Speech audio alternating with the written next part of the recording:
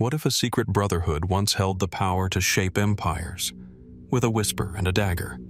High in the remote mountains of Persia, veiled by mist and myth, there once existed a fortress so impenetrable, it was said to defy time itself. From its shadowed halls emerged a group known only in hushed tones as the Assassins. Masters of disguise, illusion, and fear, they were more than killers. They were symbols, ghosts, instruments of something larger and darker. Their targets were kings. Their weapons were precision, poison, and propaganda. But who were they really? A cult of fanatics? A disciplined political machine? Or something far more elusive? An ancient intelligence operation masked in mystery? Why did their name echo across continents in terror? How did they disappear so suddenly, and yet leave behind whispers that still shape secret societies today? From the heights of Alamut to the Crusader strongholds of Palestine, their legend remains carved into the very bones of history. But the truth? That remains hidden beneath centuries of silence and sand. So sit back, relax, and let's dive into the chilling enigma of the Assassins and the secrets they never meant for us to uncover. The sun rises slowly over the vast plains of Mesopotamia, casting long golden shadows across the winding courses of two ancient rivers, the Tigris and the Euphrates. The land between them, often referred to as the cradle of civilization, pulses with stories older than history itself. Here, amidst cracked soil and remnants of ziggurats, lies the possible origin of one of humanity's most enduring myths, the Garden of Paradise. To walk through this region today is to move through time. Dust rises from beneath your feet, the air heavy with the scent of earth and distant water. Palm trees sway gently in the breeze, and the faint trickle of irrigation canals echoes the whispers of a forgotten past. This is the land once known as Sumer, Akkad, Assyria, and Babylon, where some believe the memory of Eden, the Garden of Paradise, was first written into clay tablets more than 4,000 years ago. But what was this paradise? A real location lost to time, or a metaphor for something we once had and can no longer return to? The earliest reference to a lush, sacred garden appears not in the Hebrew Bible, but in older Sumerian myths. In these tales, the gods created a pristine garden called Dilmun, a place untouched by pain, illness, or death. It was described as a land of shining purity, where lions and lambs coexisted, and human toil was unknown. Dilmun was the reward for the righteous, a sacred realm inaccessible to the unworthy. Curiously, the Sumerians placed Dilmun somewhere beyond the eastern horizon, possibly in what is today the Persian Gulf, or perhaps further inland near the Zagros Mountains. Archaeologists have long debated whether the island of Bahrain, known in antiquity as a trade hub, might match the descriptions found in those early texts. Ruins uncovered there show signs of advanced civilization and temple worship dating back thousands of years, but no definitive marker of paradise has ever been unearthed. Later, in the Book of Genesis, written centuries after these Mesopotamian myths, Eden takes on new life. It is described as a garden planted in the east, where God placed the first humans, a place of flowing rivers, abundant fruit, and forbidden knowledge. According to the text, 4 rivers flowed out of Eden: the Pishon, Gihon, Tigris, and Euphrates. While the last 2 are familiar, the first 2 remain lost to history. Are they symbolic, or have their waters vanished beneath layers of earth and millennia of change? Some scholars believe Eden's description mirrors the geographic heart of southern Mesopotamia. Satellite imaging has revealed ancient riverbeds that once coursed through what is now desert. The convergence of multiple rivers may have been real, thousands of years ago. Others point to the lush valleys of eastern Anatolia, modern-day Turkey, where the headwaters of the Tigris and Euphrates originate. In recent decades, one theory has gained traction, that Eden, or at least the memory of it, may have been inspired by the fertile and complex ecosystems that thrived in the now dry areas around the northern Persian Gulf during the early Holocene period, around 6000 BC. Archaeologists speculate that rising sea levels and climate shifts submerged entire regions, erasing settlements and leaving behind only myth. And yet, there are other, more unconventional theories. Some researchers have suggested that the Garden of Paradise may not lie in Mesopotamia at all. A fringe theory places it in the highlands of Africa, while others argue for regions as far-flung as India or even the Americas, based on symbolic interpretations of scripture and cultural parallels in myth. These ideas are often met with skepticism, but they reflect a deeper truth. Eden is a universal concept. Nearly every culture has a version of paradise lost, a time before suffering, when humanity lived in harmony with the world. Could this be more than coincidence? Adding to the mystery are the similarities between the Garden of Paradise and sacred groves found in ancient religious traditions across the globe. In early Canaanite texts, sacred trees were often associated with divine presence. In ancient Palestine, archaeological sites show ritual reverence for tree shrines and fertility gardens that predate the Hebrew texts. Were these traditions absorbed and transformed into the Eden narrative? Or do they point to a forgotten memory buried deep in the collective human psyche? In the apocryphal texts, Eden takes on even more fantastical qualities. Some writings describe it as a place existing not just in the physical world, but in a realm beyond human reach, a heavenly paradise, veiled by spiritual dimensions. Mystics and theologians debated whether Eden was ever truly on earth, or if it was always meant to represent something internal, an original state of consciousness perhaps, or a divine alignment that humankind once shared and tragically lost. What complicates matters further is that no one can agree on where the East in Genesis truly refers to. From whose perspective is it East? Ancient Babylonians? Early Hebrews? Later scribes?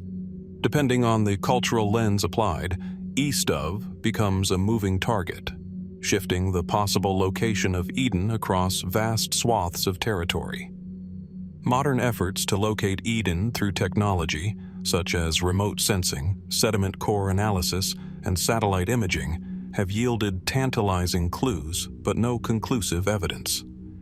Beneath the shifting sands and flooded coastlines lie the traces of ancient settlements, long-forgotten river systems, and strange anomalies that defy easy explanation. But no discovery has yet matched the poetic perfection described in sacred texts. Perhaps that is the point. The Garden of Paradise may not have been a single location at all, but a tapestry of memories, symbols, and truths woven together across generations. A longing for a simpler time, a blueprint for how the world should be. A myth not meant to tell us where we came from, but to make us question what we've lost. And so we are left wondering, did Eden ever truly exist? Or have we been searching for something deeper all along? What lies buried beneath the rivers, ruins, and riddles of our most ancient stories? The answer, if it exists, remains hidden, waiting patiently beneath layers of earth, time, and belief. And perhaps one day, the garden will reveal itself once more. As our journey through the veiled world of the assassins continues, we turn our gaze toward a place shrouded in legend, where stone walls once clung to the spine of the Alborz Mountains, like the remains of a long-forgotten titan. Here, high above the dusty valleys of northern Persia, the ruins of Alamut lie silent. Jagged ramparts overlook a landscape of fractured cliffs and distant snowcaps, where hawks circle on unseen thermals and winds whisper through crumbling passageways. time has worn the fortress into a skeleton of what it once was. And yet, even in ruin, Alamut holds a weight that can be felt, not just in stone, but in story. This is the mountain stronghold that served as the beating heart of the Nizari Ismaili assassins, a secretive sect that defied the Seljuk Empire, challenged Crusader lords, and manipulated power through calculated precision. Founded in the 11th century, Alamut was more than just a fortress. It was an idea, a sanctuary, a nerve center for a network that stretched across Persia, Syria, and beyond. But how did such a small and isolated community come to wield such enormous influence? According to historical accounts, Alamut was seized in 1090 AD by Hassan-i Sabbah, a revolutionary thinker and master strategist. Trained in the intellectual circles of Cairo and fluent in the language of both faith and subversion, Hassan transformed the mountain castle into a center of ideological warfare. From its heights, messages and agents were dispatched to cities far and wide. Enemies of the Nizaris, caliphs, generals, sultans, would find themselves stalked by shadows, often cut down in public places by seemingly fearless young men who vanished just as swiftly as they had appeared. The term assassin, later popularized in Europe, is believed to derive from the word Hashshashin, a term their enemies used to describe them, possibly with disdain. Whether this referred to alleged ritual use of hashish or was simply a slur for heresy remains debated. What is clear is that these men were not mindless killers. They were educated, loyal, and deeply committed to their cause. Their training at Alamut was said to involve not just weapons, but philosophy, science, and language. But what of the fortress itself? Contemporary chronicles describe Alamut as nearly impenetrable. Carved into the mountain and fortified with walls that seemed to merge with the cliffs, it was strategically placed to observe all approaches. It is said that water was drawn from secret cisterns, food grown in terraced gardens, and every inch of the stronghold reinforced to withstand siege. The Mongols, despite their brutal power, required a prolonged campaign to finally bring it down in 1256. And even then, much of what they found inside seemed to vanish in smoke and ash. Little of the original structure survives today. Archaeological excavations, though ongoing, have revealed only fragments, stone foundations, tunnels, and scattered remnants of daily life. But the deeper mystery lies not just in its stones, but in what was said to occur within its walls. According to legend, the fortress held hidden chambers, libraries filled with ancient texts, scrolls of lost sciences, and knowledge forbidden by orthodox rulers. Travelers and poets who passed through the region in later centuries wrote of secret laboratories, subterranean vaults, and a philosophy so radical that it challenged the foundations of medieval thought. Some claimed that Alamut was a beacon of esoteric wisdom linked to older traditions, Zoroastrian, Greek, even Babylonian. Others whispered of hidden rituals and initiations overseen by the mysterious figure of the Fida'i, or missionary scholar, who acted as both teacher and gatekeeper of inner knowledge. Were these simply exaggerations born of fear and imagination? Or did Alamut truly guard a repository of insight lost to time? The tales grow stranger still. Marco Polo, writing in the late 13th century, offered one of the most enduring and controversial accounts. He described a secret garden within Alamut, a paradise crafted to simulate heaven itself. According to his story, young initiates were drugged, brought into this lush and intoxicating space, and told they had glimpsed the afterlife. Upon waking, they would obey any command, believing their return to paradise depended on loyalty unto death. Historians have long debated the accuracy of Polo's tale. No solid evidence supports such a garden, and some suggest the story was borrowed from older Persian myths or distorted over time. Yet the image persists, Alamut as both fortress and illusion, a place where the mind was weaponized as effectively as any blade. What truths hide behind the silence of its ruins? Satellite imaging has revealed strange anomalies in the surrounding terrain, patterns in the earth, odd alignments, and what may be buried structures. Some fringe researchers speculate that Alamut was part of a larger network of interconnected fortresses, perhaps forming a sacred geometry across the landscape. Others believe the Nizaris possessed knowledge of astronomy, alchemy, or even early psychology far ahead of their time. Then there are the modern Ismailis, descendants of this once persecuted sect. Their spiritual leader, the Aga Khan, traces lineage directly back to Hassan-i Sabbah. For them, Alamut is not a symbol of violence, but of resilience, education, and intellectual independence. The fortress may be gone, but its legacy survives in literature, philosophy, and architecture that continues to influence Islamic thought to this day. Still, the core of the mystery remains untouched. Was Alamut truly a mountain stronghold of radical enlightenment? Or was it merely a practical base for a savvy political movement cloaked in legend? How much of what we think we know is rooted in reality, and how much was constructed by enemies, outsiders, and centuries of myth-making? Perhaps the greatest mystery is not the fortress itself, but the minds that built it, and what they hoped to protect, or perhaps hide, behind its walls. And so we are left with echoes, stones worn smooth by centuries of wind, paths that vanish into mist. And the lingering question, what truths did Alamut once guard, now buried in silence atop a forgotten mountain? As the winds drift from the ruined stones of Alamut and down into the cities and deserts below, the legend of the assassins begins to shift from fortress walls to bustling courts and crowded markets, places where shadows moved freely and death often arrived unseen. It might be a warm morning in Damascus, the air heavy with the scent of spice and dust.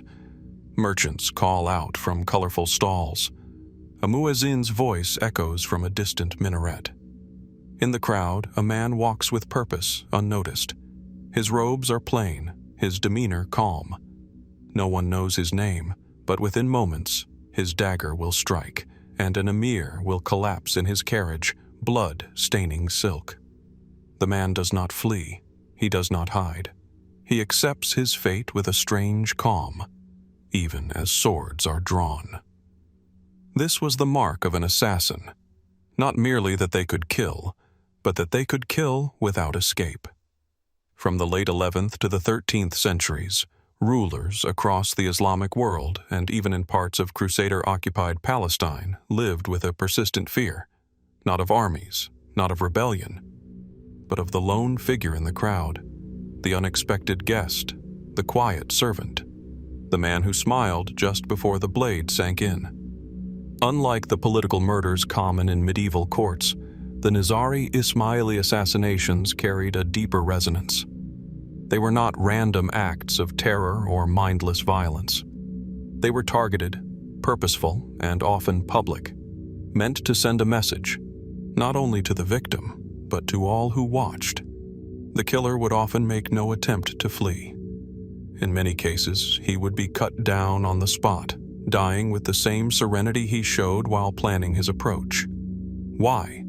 Mainstream historians see this as a deliberate psychological tactic, a way to magnify fear and control through symbolic violence.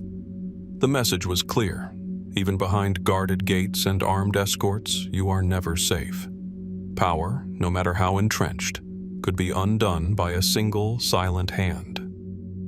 But others have asked deeper questions. What kind of training or belief could create such unwavering commitment in young men, some reportedly as young as 16 or 17, willing to die without resistance? Was it purely ideological conviction, devotion to a charismatic leader, or something stranger? European chroniclers, especially during the Crusades, found the behavior of the assassins deeply unsettling. Some were so baffled by the fearless calm of their attackers that they turned to legend. The most enduring of these tales claimed that the assassins were drugged, given visions of paradise, and told that loyalty and death in service were the only paths back to that eternal garden. These accounts, often embellished in monasteries and war camps, painted a picture of young men seduced by illusion and controlled through narcotics. But historical evidence for this theory is thin. No Ismaili texts mention such practices, nor do any of the Persian or Arabic sources that detail the Nizari philosophy and political goals. Scholars today generally agree that the Hashish legend was likely invented or exaggerated by outsiders, perhaps as a way to rationalize the inexplicable discipline and fearlessness the assassins displayed. Still, the question lingers: what made them so effective? Among the most infamous cases is that of Nizam al-Mulk, the powerful vizier of the Seljuk Empire. In 1092, during a campaign to solidify the empire's control, he was approached by a man disguised as a wandering dervish.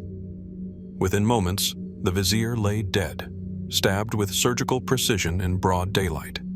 The killer made no escape attempt. According to some reports, he smiled before being seized by guards. Just days later, Sultan Malik Shah himself died under mysterious circumstances. Some have speculated that this too was the work of the assassins, though others blame court intrigue. Regardless, the deaths triggered a power vacuum that weakened Seljuk authority across Persia. Then there was Conrad of Montferrat, a powerful crusader noble who had just been elected king of Jerusalem. In 1192, he was ambushed in the streets of Tyre by two men disguised as Christian monks. One handed him a letter. The other drew a knife. Both were captured after the killing, but refused to speak under torture. The origin of their orders remains debated to this day. Some sources blame the assassins. Others whisper of political manipulation, perhaps even involving Richard the Lionheart or Saladin. But the signature remains: silent approach, sudden execution, no attempt to escape. What was this if not the strategy of a network that valued impact over survival? The assassins were not numerous. At the height of their influence, their numbers are believed to have been in the low thousands, scattered across hidden strongholds from Persia to the Levant. Yet their reach seemed limitless. Reports of assassinations came from Baghdad, Aleppo, Masyaf, and the coast of Palestine. Always the same pattern, always the same fear. A few scholars have proposed that the assassins may have possessed a kind of early intelligence network: spies, informants, coded messages passed across distant cities. Their system of Fida'i, devotees willing to carry out missions without hesitation, suggests a level of coordination rare for the time. Some even suggest the use of invisible inks, subtle poisons, or hypnotic conditioning. Such ideas stray toward the fringe, but they reflect something essential: a profound discomfort with how effectively the assassins operated and how little we truly understand about the machinery behind them. How did they choose their targets? What inner circle determined life or death? Were some killings meant not just to eliminate, but to destabilize, provoke, or manipulate broader events? The more we uncover, the more the answers dissolve into shadow. Today, the places where these assassinations occurred are often unmarked. The courts are gone, the towers fallen, the blood washed away by centuries. Yet in the writings of chroniclers, in the architecture of fear they built, the assassins left an imprint that still resonates. Not because they struck from the dark, but because they never ran.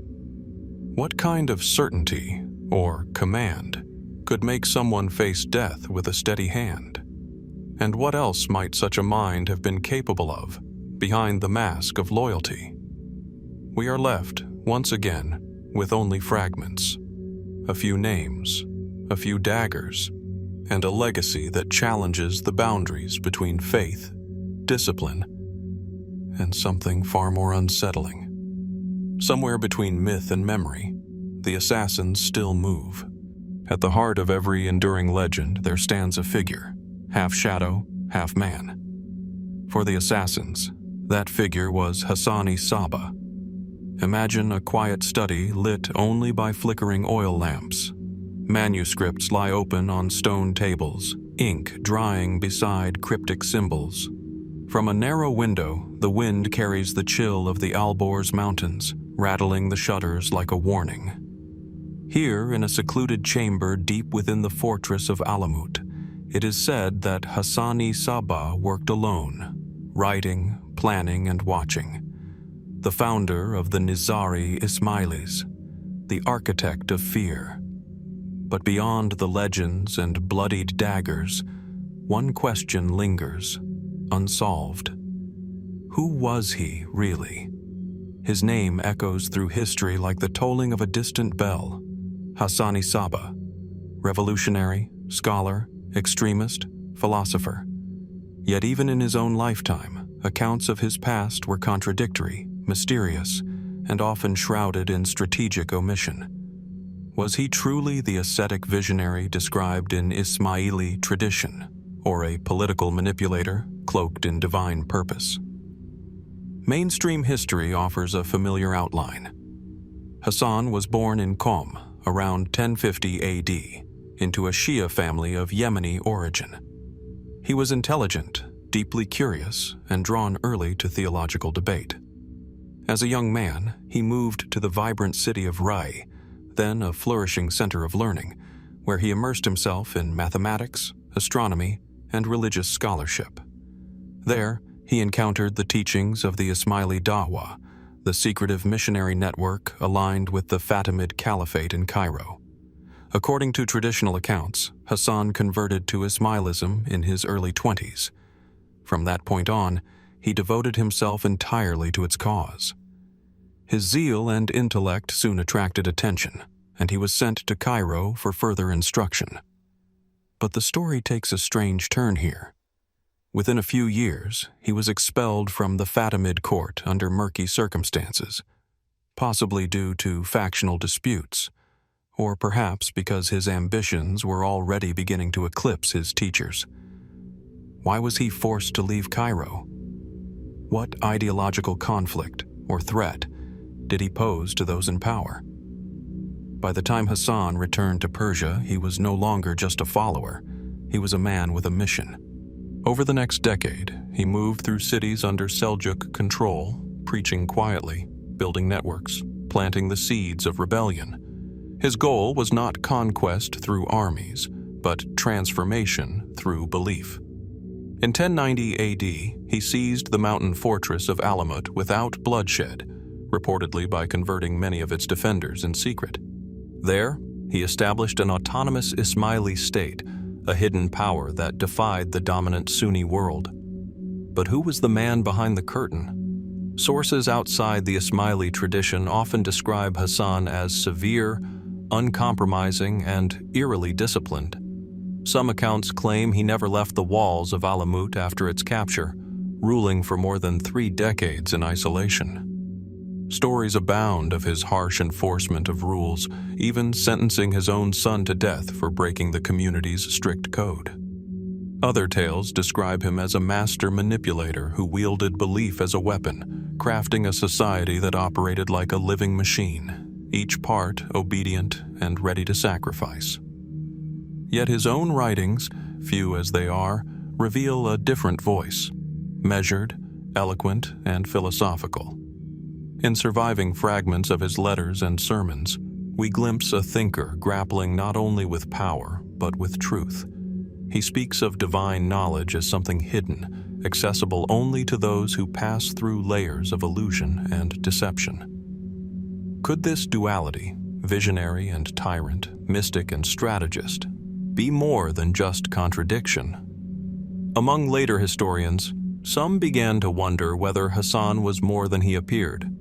Certain fringe researchers proposed that he was not merely a religious leader, but the head of a vast proto-intelligence network.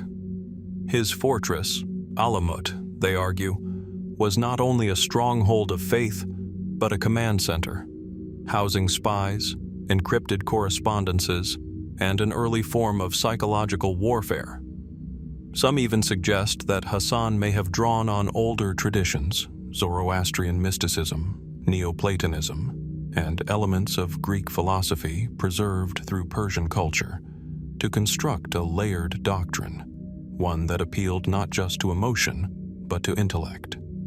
His enemies saw only fanaticism, but his followers spoke of ta'wil, esoteric interpretation, unlocking hidden meanings within texts, symbols, and even reality itself. What then was Hassan's true objective? To build a theocracy? To preserve a persecuted lineage of imams? Or to forge a hidden system of power and knowledge, a state built not on territory, but on the control of perception? Stranger theories persist. Some believe that Hassan-i Sabbah never died in 1124, as the records claim, but instead staged his own death to vanish from history. A few obscure texts hint at a final withdrawal from public life, using language that seems symbolic rather than literal. Was this simply spiritual metaphor? Or did he disappear intentionally, retreating into the shadows to allow the myth to grow while he observed in silence? Other theories link Hassan to the broader tradition of hidden masters, a motif that appears in Sufi literature and later European occult writings. In these accounts, individuals of great knowledge move invisibly through history, guiding or destabilizing events from behind the scenes. Though speculative, the persistence of this idea raises the question: did Hassan cultivate not just a legacy, but a legend that would outlive his body and continue to shape narratives for centuries? Even the name Hassan-i Sabbah has been scrutinized. While most take it at face value, some point to the possible symbolic meanings hidden within. Sabbah, derived from the Arabic sabaha, can imply to swim or to move before dawn. Was it a real name, or a title adopted to signify transformation, motion through darkness, or awakening before others? What is certain is that Hassan's legacy did not end with him. His successors maintained the assassin state for over a century after his death, continuing to baffle, terrify, and influence the world around them. Yet no successor ever attained his stature or left behind the same intellectual and mythic footprint. Modern Ismaili scholars view Hassan not as a villain or fanatic, but as a man of deep conviction who carved a space for survival and thought in a hostile world. Others still wrestle with the enigma. Was he a liberator or a master of manipulation? We are left with fragments, scattered references in medieval manuscripts, fading ruins in the mountains of northern Iran, and a legacy that shaped both Eastern and Western conceptions of secret power. So we ask again, who was Hassan-i Sabbah? Visionary prophet, political genius, or something else entirely? An identity constructed as carefully as the fortress of Alamut itself? And if so, how much of what we know today is the man, and how much is the myth he left behind? Somewhere in the arid lowlands below the peaks of the Alborz Mountains, a forgotten trail winds through a grove of dry fig trees and overgrown brush. At the edge of this path, a crumbling stone basin collects runoff from a now dry spring, once used, perhaps, for ritual washing or the preparation of medicinal herbs. There is no marker here, nothing to suggest that in centuries past, this quiet place may have been connected to one of history's most provocative legends, the alleged use of hashish by the assassins. It is a story repeated for hundreds of years, a tale of young men taken from their villages, trained in the art of death, and then initiated through visions of paradise induced by a potent drug. The word Hashshashin, from which assassin is thought to derive, echoes through both Eastern and Western chronicles. But what lies behind this name? Was hashish truly used by the Nizari Ismailis as a tool of control and illusion? Or is this one of the earliest and most enduring pieces of wartime propaganda? The answer remains elusive, and the path to it, like the trail below Alamut, winds between fact and fable. The earliest association between the assassins and hashish appears in the works of their enemies. Sunni chroniclers, often hostile to the Ismaili sect, describe the Fida'is, loyal devotees who carried out political assassinations, as mindless zealots, drugged and deluded into fanaticism. These accounts paint a dramatic picture. Initiates were said to be drugged into unconsciousness, carried into lush secret gardens hidden within Alamut, and surrounded by pleasures, music, wine, soft beds, and women. They would awake thinking they had entered paradise. Then, when returned to the waking world, they were told this glimpse of heaven could be theirs again, if they obeyed without question. Marco Polo, writing in the late 13th century, reinforced this idea in his famous travelogue. He recounted stories of a mysterious old man of the mountain who used hashish and illusion to manipulate his followers, promising paradise in exchange for loyalty unto death. The term assassin, in Polo's telling, came directly from the Arabic Hashshashin, or hashish user. But is this history, or a carefully constructed myth? Modern scholarship casts doubt on these sensational tales. For one, no contemporary Ismaili texts mention the use of hashish in any religious or military context. The Nizaris, while secretive, maintained a detailed theological and philosophical tradition, with writings emphasizing reason, discipline, and spiritual interpretation. To suggest that their foundational operations relied on drug-induced visions undermines this intellectual framework, something scholars are hesitant to accept. There's also a linguistic question. The word Hashshashin may not have referred to drug use at all, but could have been a pejorative, used by Sunni authorities to delegitimize the Nizaris, implying they were base or intoxicated in their beliefs. The term may have been less a literal accusation and more a political slur, a common tactic in polemical writing of the time. And yet, the story persists. Could there be a sliver of truth buried beneath centuries of exaggeration?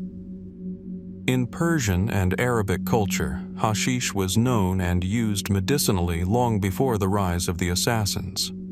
It appears in early medical texts as a treatment for pain, insomnia, and even spiritual unrest. Among some mystic traditions, particularly within certain Sufi orders, cannabis derivatives were occasionally used to facilitate altered states of consciousness, though this was rare and often controversial. It's possible, then, that some form of hashish was used within limited ceremonial contexts, perhaps not to manipulate, but to initiate. Could the Fida'is have experienced controlled visions as part of their spiritual training? Not to simulate paradise, but to break through the illusions of the world. This idea finds echoes in other esoteric traditions around the world, where intoxicants were sometimes employed to dissolve the ego or simulate death and rebirth. Fringe theorists have taken this even further, speculating that the Nizaris may have had access to rare psychoactive plants, perhaps now extinct or forgotten, used in rituals that have since vanished from recorded history. These ideas remain purely speculative, without archaeological or textual confirmation, but they point to a broader curiosity. How did the assassins shape such unwavering conviction in their followers? Could altered consciousness, whether through substances, meditation, or ritual, have played a role? Another layer of mystery lies in the construction of the Paradise Garden itself, a recurring feature in the hashish legend.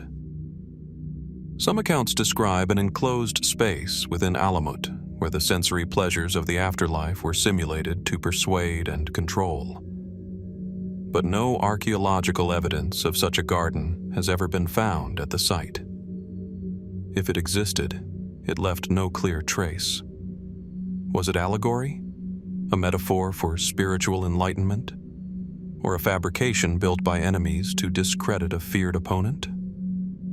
The silence of Alamut's stone walls offers no answers. Interestingly, Ismaili doctrine does include symbolic interpretations of paradise, not as a physical place of pleasure, but as a state of higher understanding attained through ta'wil or inner interpretation. What if the stories of drugged initiates entering paradise were misunderstandings or deliberate distortions of these spiritual teachings? Did outsiders interpret metaphor as literal ritual, replacing allegory with illusion? Ultimately, we are left with two versions of the story. One, widely known in the West, imagines the assassins as victims of narcotic manipulation, willing to kill for a paradise glimpsed in a haze of hashish. The other, more grounded in Ismaili sources and modern scholarship, sees them as disciplined agents of a revolutionary faith, trained in secrecy, logic, and belief, not intoxication. The truth may lie somewhere in between. Was hashish ever used in a tactical or symbolic way? Perhaps in rare private moments, as part of a rite or visionary experience? Or has an entire element of assassin culture been misunderstood, warped by the fears of their enemies and the fascination of foreign travelers? The story of the assassins is filled with paradoxes. They were killers who valued knowledge, rebels who built systems of extraordinary precision. And in this case, they may be the victims of a myth so powerful that it obscured their true nature. So we are left with a final lingering question. Was hashish the key to unlocking their loyalty, or merely the smokescreen through which history chose to see them? As the last golden light of day slips behind the cragged ridgelines of the Alborz Mountains, the ruins of Alamut grow quiet. The wind moves through broken archways and shattered courtyards like a forgotten voice, whispering to stone what no living soul has heard in centuries. Beneath layers of dust and silence lies something more elusive than weapons or treasure: knowledge. Knowledge once carefully guarded in the heart of a fortress that was not merely a place of power, but a sanctuary for thought. Here, in narrow halls carved into the mountainside, the assassins preserved a secret world of writings, treatises, commentaries, esoteric reflections, texts so rare and dangerous that they were spoken of with reverence and fear. The secret writings of Alamut, as they have come to be known, are among the most intriguing and least understood legacies of the Nizari Ismailis. Few copies survive, fewer still are confirmed. And yet the echoes of what they may have contained continue to haunt the historical imagination. What were these writings? Where did they come from? And, perhaps more importantly, what happened to them? The existence of a vast library at Alamut is supported by several historical sources. Both Islamic and Crusader accounts mention the presence of manuscripts, scrolls, and books within the mountain fortress, many written by Hassan-i Sabbah himself, others by generations of da'is, scholars, and mystics who followed his teachings. Alamut was not simply a military base. It was a center of learning, strategy, and spiritual inquiry. The walls may have guarded warriors, but they also protected ideas. When the Mongols sacked Alamut in 1256 under the command of Hulagu Khan, much of its physical structure was destroyed. According to the Persian historian Juvaini, who witnessed the destruction firsthand, the Mongols uncovered a library containing volumes of rare and heretical writings. He claimed that some of the books were burned, others removed and examined, and a few taken back to the court of the Khan. Juvaini, a Sunni, regarded the contents with suspicion, calling them poisoned with falsehoods, but even he could not ignore the sheer scale and complexity of the documents found. But here the trail grows cold. Most of the manuscripts allegedly taken from Alamut have vanished from the historical record. No complete catalog of the library was ever created. No surviving document from the Mongol period lists the titles. It is unknown how much was destroyed, how much was hidden, and how much may still survive, buried in private collections or mislabeled in distant archives. So what, then, might these writings have contained? Within mainstream Ismaili doctrine, the tradition of Ta'wil, the esoteric interpretation of Scripture, is central. It is through Ta'wil that texts take on deeper, symbolic meaning, layered far beneath their literal reading. It's possible that many of the writings of Alamut were theological treatises, exploring the inner meanings of Quranic verses, philosophical arguments for the existence of hidden imams, or dialogues on divine knowledge. But others speculate that these texts reached far beyond the purely religious. Some scholars have proposed that the writings at Alamut contained advanced studies in astronomy, mathematics, and medicine, disciplines nurtured in secrecy during a time when orthodoxy often viewed free inquiry with suspicion. The Fatimid Ismailis of Cairo had long been known for their scholarly achievements, and Hassan-i Sabbah was himself a product of that intellectual world.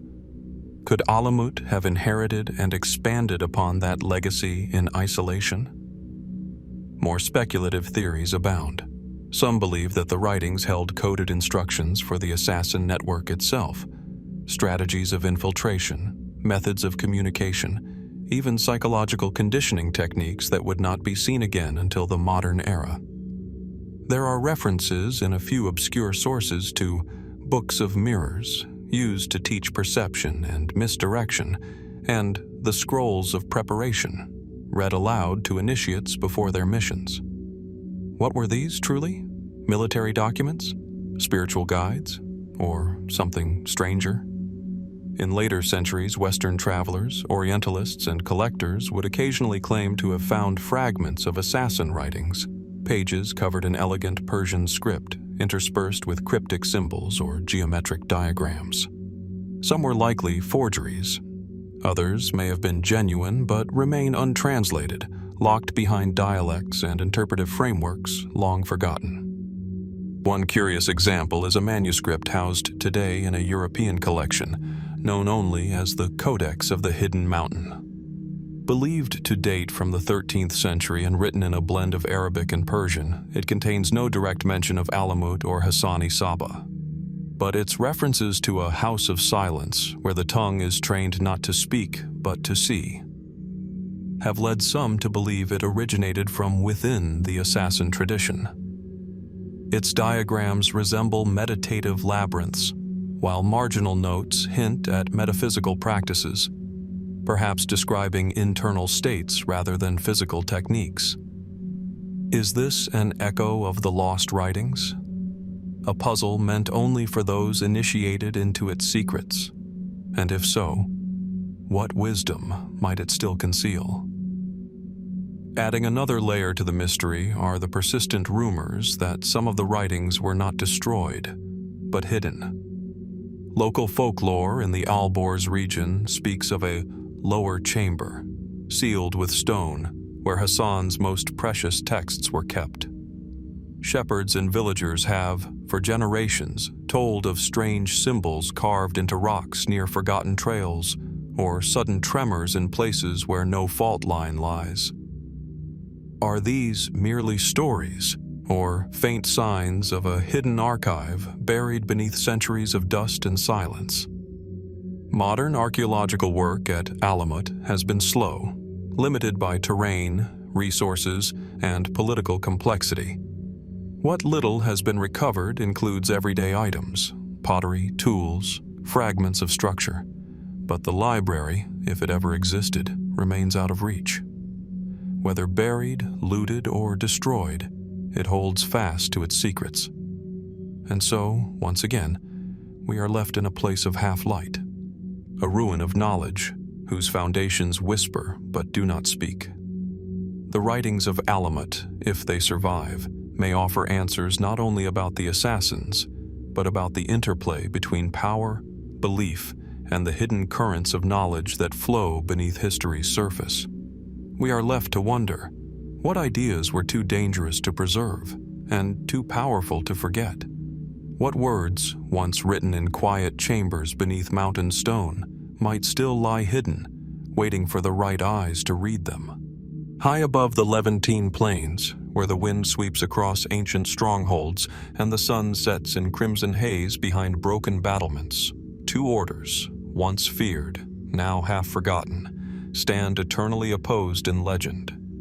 The Assassins, masters of secrecy, precision, and devotion. The Knights Templar, militant monks clad in white and red, crusaders of a cause that claimed divine sanction. But were they only enemies? Or was something far more intricate at play? An uneasy alliance, built not on faith or friendship, but mutual necessity. Beneath the shadowed stones of castles like Tortosa and Masyaf, and within the blood-soaked chronicles of the Crusades, lie brief, flickering references to interactions between the Order of Assassins and the Templars. These moments, though sparse, hint at a connection far more complex than simple opposition, a relationship that has fueled speculation for centuries. The first known interactions between the Nizari Ismailis and the Crusader states occurred in the early 12th century. The Assassins, entrenched in mountain fortresses across Syria, sought to survive amid hostile Sunni neighbors, shifting alliances, and the turbulent arrival of Crusader armies from Europe. The Templars, on the other hand, had risen swiftly after the capture of Jerusalem, carving out military and political power in Palestine and the surrounding regions. In this chaotic landscape, lines were often blurred. Loyalty was flexible. Allegiances could shift with the season. And for all the deep ideological differences, there was a shared understanding between these two orders, both shaped by secrecy, hierarchy, and rigid discipline. Both with access to intelligence, covert operations, and methods far more advanced than most factions of their time. One of the most cited episodes in their entangled history comes from the mid-12th century. In 1173, the Assassins, then under the leadership of Rashid ad-Din Sinan, the enigmatic Old Man of the Mountain, allegedly approached Amalric I, King of Jerusalem, offering alliance against mutual enemies. Negotiations were handled through intermediaries, and notably, the Templars were accused of obstructing or even sabotaging these talks. But why would they do so? According to William of Tyre, a chronicler of the Crusades, the Templars ambushed the assassin delegation, killing its members despite their carrying safe conduct documents. Amalric, enraged, fined the Templars heavily, accusing them of undermining diplomacy for their own gain. Were they acting independently, motivated by greed or disdain? Or were they reacting to knowledge hidden from the king? Some historians argue that this was not a rogue act of violence, but the result of deeper tensions. The Assassins, though Muslim, did not align neatly with either Sunni or Shia factions. Their doctrine of taqiyya, religious dissimulation for survival, made their true intentions difficult to read. To the Templars, who prized doctrinal clarity and authority, this ambiguity could have been seen as deeply dangerous. Yet, despite these hostilities, something curious happens in the decades that follow. There are accounts of truces between the Templars and the Assassins, agreements for non-aggression, even arrangements for tribute. In several instances, Christian chroniclers mention that Crusader lords, including those of the Templar order, accepted payments from the Assassins in return for peace or protection. Was this simply realpolitik? The pragmatic transactions of warlords and survivors? Or was it something more? The mystery deepens when we consider the similarities in structure and ethos between the two orders. Both operated with an almost fanatical dedication to their cause. Both required oaths of secrecy. Both maintained remote strongholds, away from the prying eyes of ordinary society. And both cultivated an aura of mystique, one that persists even today. Could there have been more than just diplomacy? Speculative theories have emerged, some tantalizing, others fantastical. A few claim that secret communications existed between the leadership of both orders, hidden beneath the veil of diplomacy. Some have gone further, suggesting that both the Templars and the Assassins were influenced by a shared esoteric tradition, possibly stretching back to Gnostic, Hermetic, or even pre-Abrahamic spiritual systems. A recurring motif in fringe interpretations is the idea that the Assassins and the Templars both possessed hidden knowledge about sacred geometry, divine hierarchies, or forbidden sciences, and that their temporary alignments were not just political, but spiritual. Both orders, in these accounts, were guardians of truths too dangerous for the wider world. While mainstream historians remain skeptical, some circumstantial evidence continues to provoke curiosity. During the 13th century, as the Crusader presence in the Holy Land weakened, Templar envoys were reported visiting Nizari territories. The Assassins, too, seemed to retreat into quieter operations, not expanding, but preserving. Then came the fall. In 1256, the Mongols stormed Alamut. The libraries, rituals, and leadership were shattered. Just decades later, in 1307, the Templars themselves were arrested en masse in Europe, accused of blasphemy, heresy, and secret rites. Their order was dissolved, their leaders tortured, their wealth seized. The charges, however, have long been debated. Were they truly guilty? Or was their secrecy simply too threatening to secular and papal authorities? Could it be that both groups, so distant in geography and creed, shared a fate because they shared something deeper, an unseen current of ideas or practices that made them targets? Today, the landscape that once bore witness to these interactions is quiet. The ruins of Masyaf crumble beneath the Syrian sun. The former Templar castles in Palestine stand empty, their stones mute and worn. No parchment has yet emerged that confirms a direct alliance or mutual secret.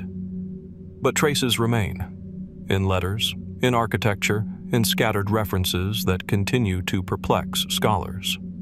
And so we ask, were the Assassins and the Templars merely enemies trapped in the machinery of holy war? Or were they reluctant allies, keepers of knowledge that now lies buried beneath centuries of dust and silence? What understandings, forged in the shadows of stone fortresses and candlelit chambers, might still echo through the forgotten corridors of history? In the dry, winding alleys of medieval Damascus, long shadows stretch beneath the flickering glow of oil lamps. The hush of footsteps on worn stone mingles with the murmured chants of evening prayers. Overhead, balconies lean close, wooden slats forming a lattice of concealment and passage. It was in places like this, crowded cities, remote villages, bustling markets, that invisible threads were quietly spun by a brotherhood known not for their numbers but for their silence. They were the Fida'i, devoted agents of the Nizari Ismailis, known to the outside world simply as assassins. While the blade was their most infamous symbol, it was not their only weapon. In the shadow of the Crusades, amidst the competing empires of the Fatimids, Seljuks, and Franks, they created something more enduring than fear, a vast, secret network of operatives that could gather intelligence, infiltrate courts, and shape the course of events without a single drop of blood. But how deep did this network run? And how much of it still remains hidden? The story of the Assassins' secret agents begins not on the battlefield, but in the quiet libraries and gardens of Alamut, their mountain stronghold in northern Persia. Founded in the late 11th century by Hassan-i Sabbah, the fortress was not just a military outpost. It was a center of learning, strategy, and indoctrination. Here, young initiates were taught languages, philosophy, and disguise.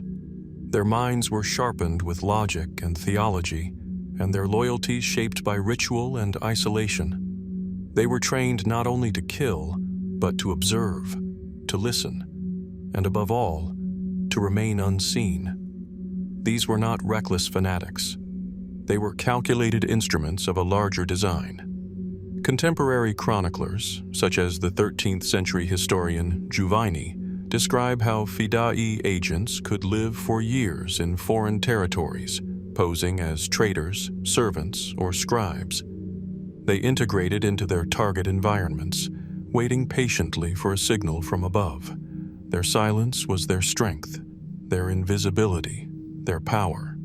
The Crusaders feared them, but they also respected their reach. According to some Frankish accounts, even great lords traveling through Syria or Palestine would pay tribute to the assassins, unsure if the man pouring their wine or tending their horse was one of Hassan's men. In the courts of Muslim rulers, viziers and emirs sometimes found themselves surrounded by whispering servants who were not what they seemed. How did the assassins achieve such access? And more importantly, how far did it extend? While much of the historical record focuses on high-profile assassinations of Seljuk viziers, Abbasid caliphs, or even Crusader nobles, it is the quiet, undocumented presence of the assassins that intrigues scholars and mystics alike. Some believe that the network was far larger than the handful of kills would suggest. The absence of action may have been the action. Intimidation, surveillance, and silent influence could sway rulers without the need for violence. Letters from the old man of the mountain sometimes sufficed to alter the course of decisions, backed not by armies, but by the silent promise that someone, somewhere, was watching. Were these just threats, or was every court in the region truly penetrated by hidden eyes and ears? In Cairo, Baghdad, and the Crusader states, there are scattered references to double agents, men who claimed allegiance to one side but whose true loyalty lay elsewhere. Some worked for money, others, seemingly, for faith. The assassins' use of religious dissimulation, taqiyya, allowed them to blend across sectarian lines, adapting identities as needed. A Sunni scholar here, a Christian scribe there, a merchant passing through Palestine. Each one, perhaps, a node in a network no map ever recorded. More speculative voices have taken this idea further. Some writers have suggested that the assassin network rivaled early forms of intelligence services, with encoded messages, rotating ciphers, and safe houses across the Islamic world and beyond. Others point to the structure of their command as a prototype for later covert organizations, cell-based, compartmentalized, and bound by absolute loyalty to the mission. Could it be that the assassins were the first to truly master espionage in the modern sense? And if so, how much of their methodology has survived, quietly passed along, repurposed, or even emulated? One of the most provocative theories posits that the Nizari agents infiltrated not only regional courts, but religious institutions, that their agents might have operated within rival Islamic sects, or even within the churches and monasteries of Crusader territories, gathering theological as well as political intelligence. An 18th century French manuscript, long dismissed as fanciful, even claims that assassin agents reached as far as Norman Sicily and Moorish Spain, disguised as diplomats and scholars. While unproven, the suggestion mirrors earlier Muslim sources, which credit the assassins with remarkable adaptability and geographic reach. Could the calm, bearded astronomer in a courtly observatory have been something more? Perhaps most haunting of all is the question of legacy. After the Mongol destruction of Alamut in 1256, many believed the assassin network had been broken forever. Yet stories persisted. In remote pockets of Persia and Syria, families whispered of loyal retainers who vanished overnight, agents whose missions had never ended. In the centuries that followed, rumors of secret orders, initiated youths, and long-hidden protocols continued to surface, often dismissed, sometimes investigated, never fully confirmed. Some modern theorists, treading the line between history and conspiracy, suggest that fragments of the assassin network may have survived underground, evolving, fragmenting, or quietly dissolving into other currents of secret society and statecraft. The Nizari Ismailis themselves would resurface in later centuries, particularly under the Aga Khans. But whether the hidden operatives of old endured in some form remains an open question. Today, in the ruins of Masyaf, the narrow corridors feel unnaturally silent. The wind whistles through arched chambers where plans were once whispered in candlelight.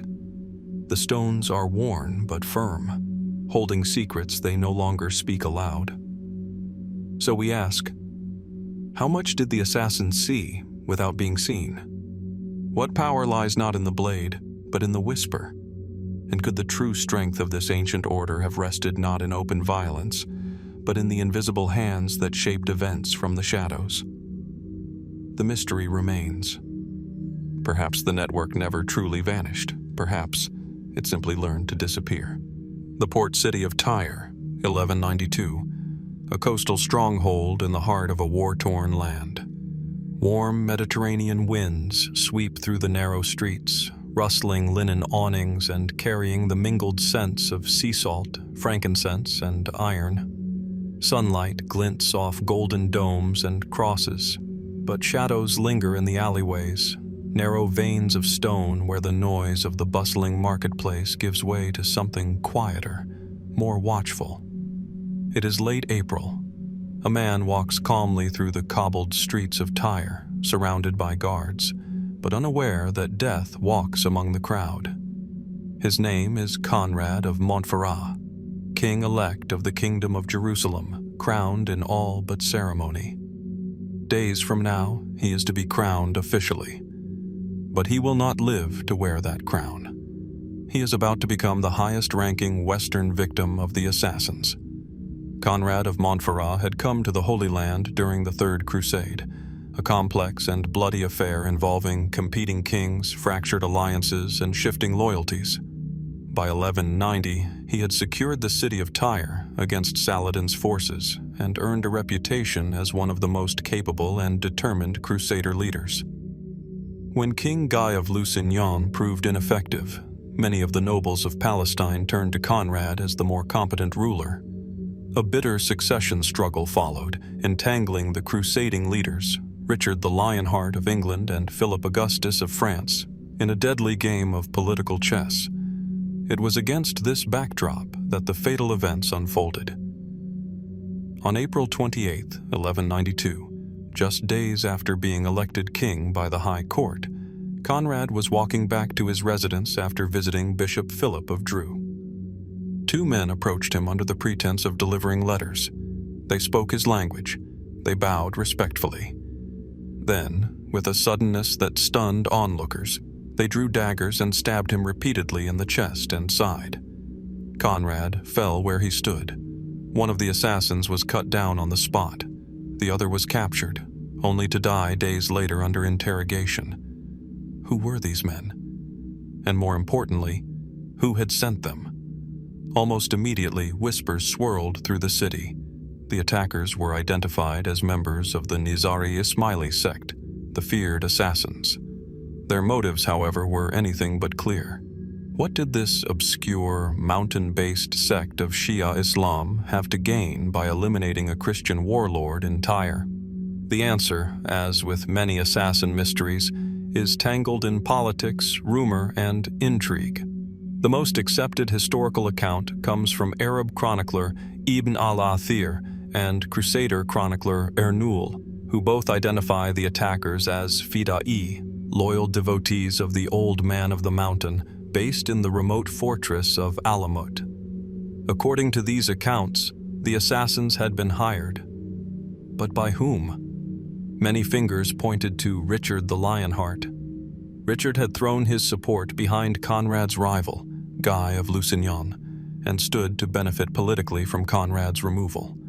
Some claimed that Richard had sent envoys to the assassins months earlier, possibly to negotiate peace, or possibly something darker. Later accounts suggested that he paid them to assassinate Conrad, using gold and promises of favor. Yet there is no definitive proof. Richard denied the accusation. His supporters, both at the time and later, claimed that it was an opportunistic act by the assassins themselves. But to what end? Others pointed instead to Saladin, the great Muslim leader who had battled Crusader forces for years.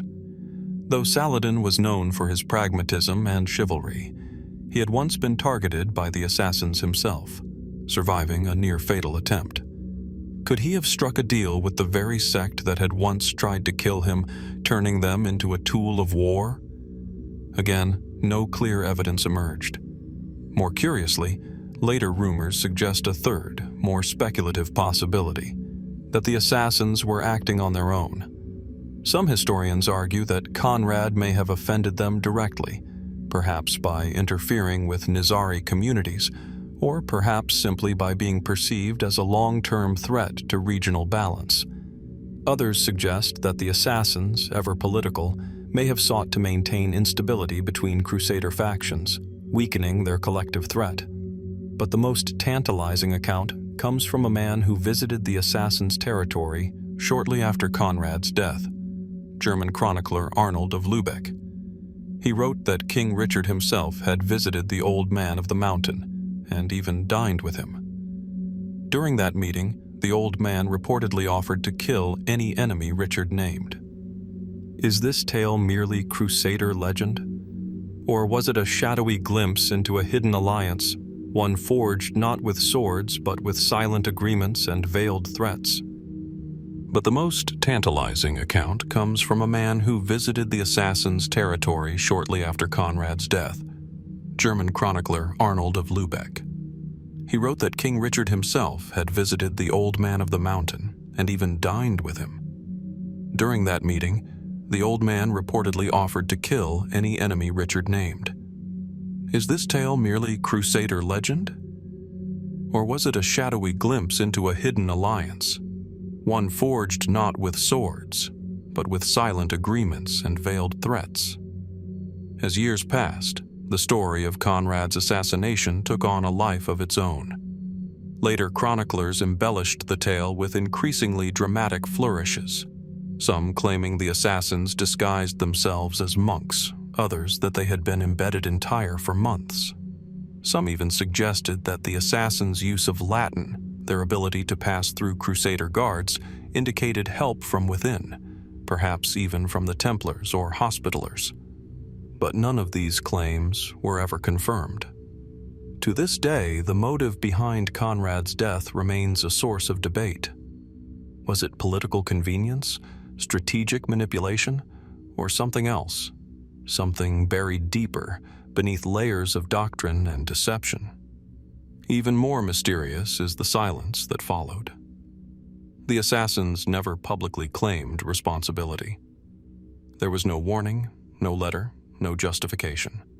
Just the act, and the fear it instilled.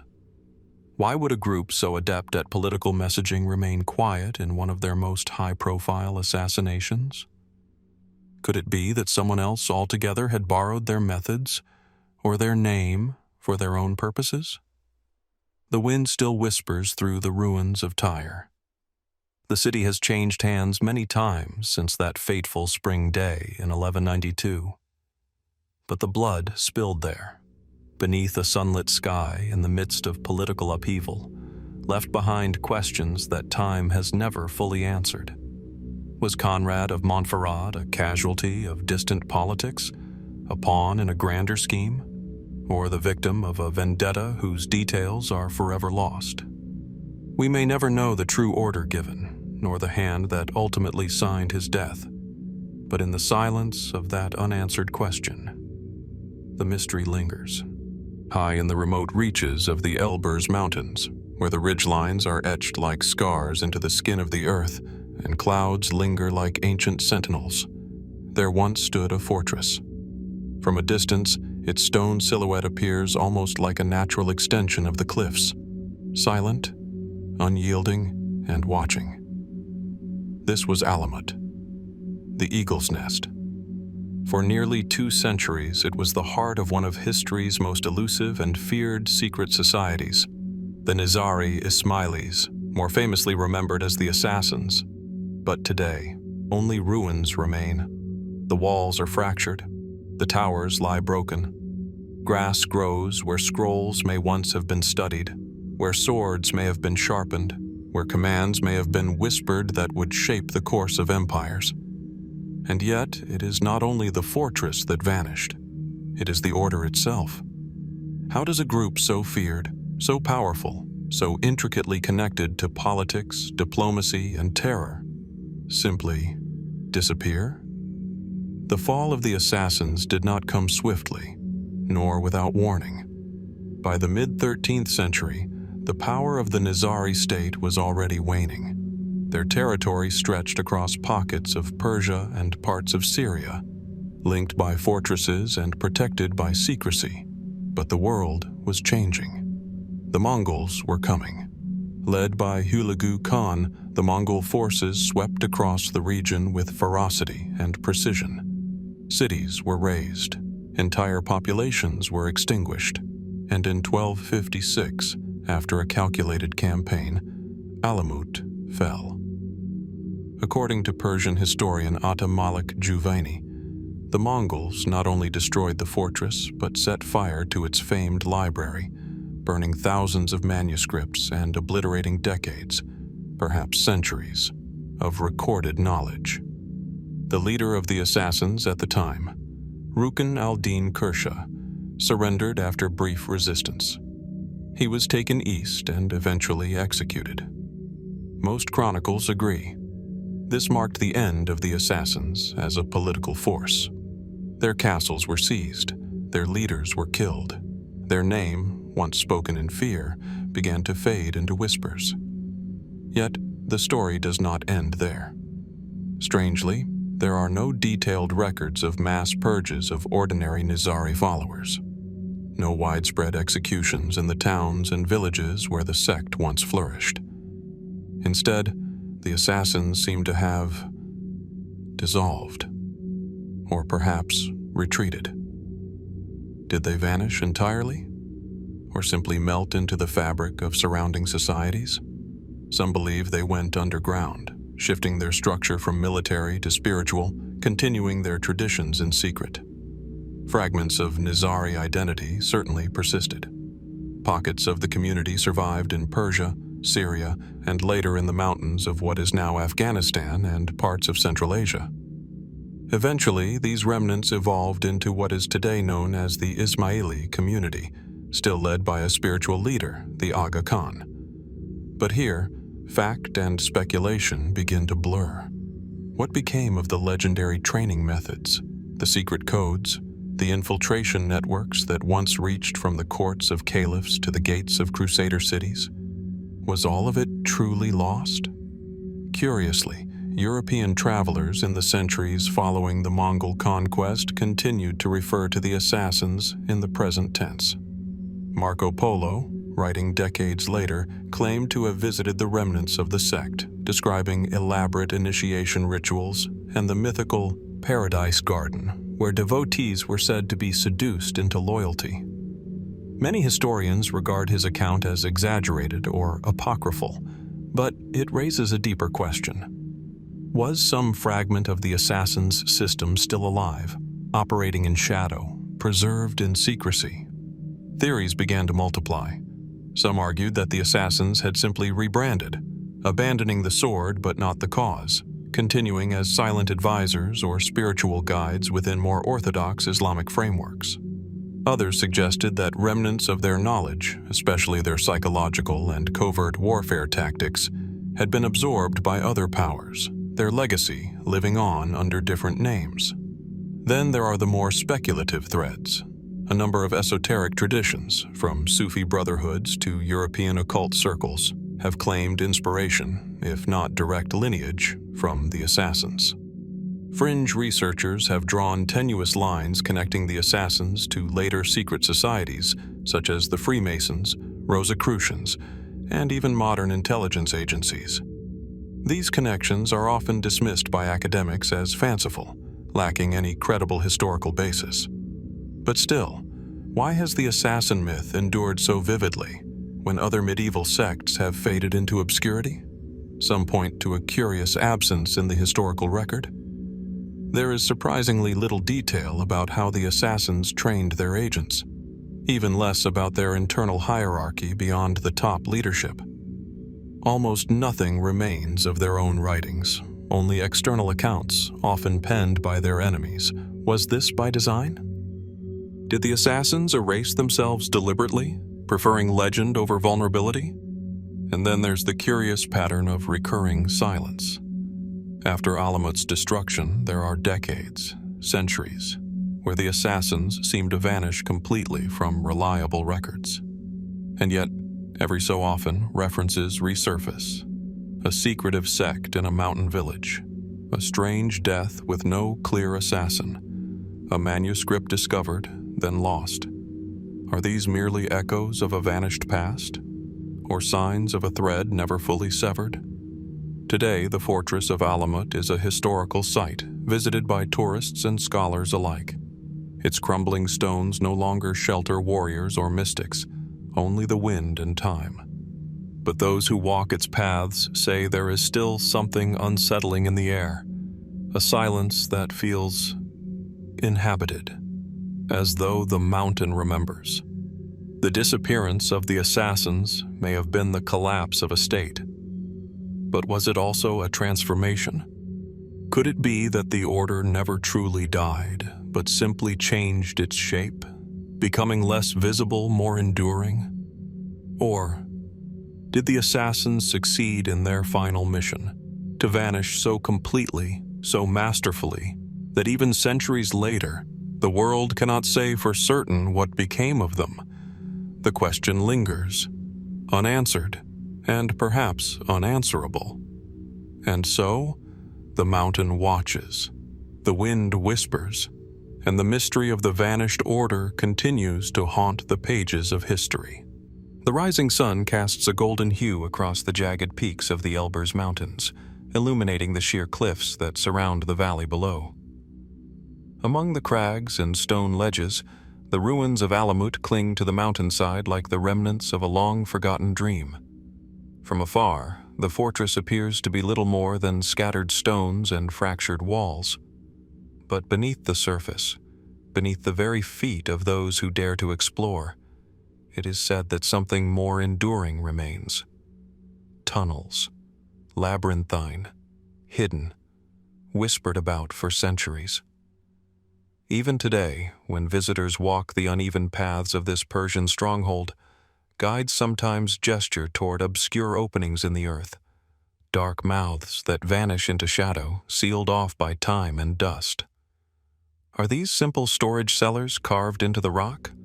Or are they the gateways to something deeper, to something secret?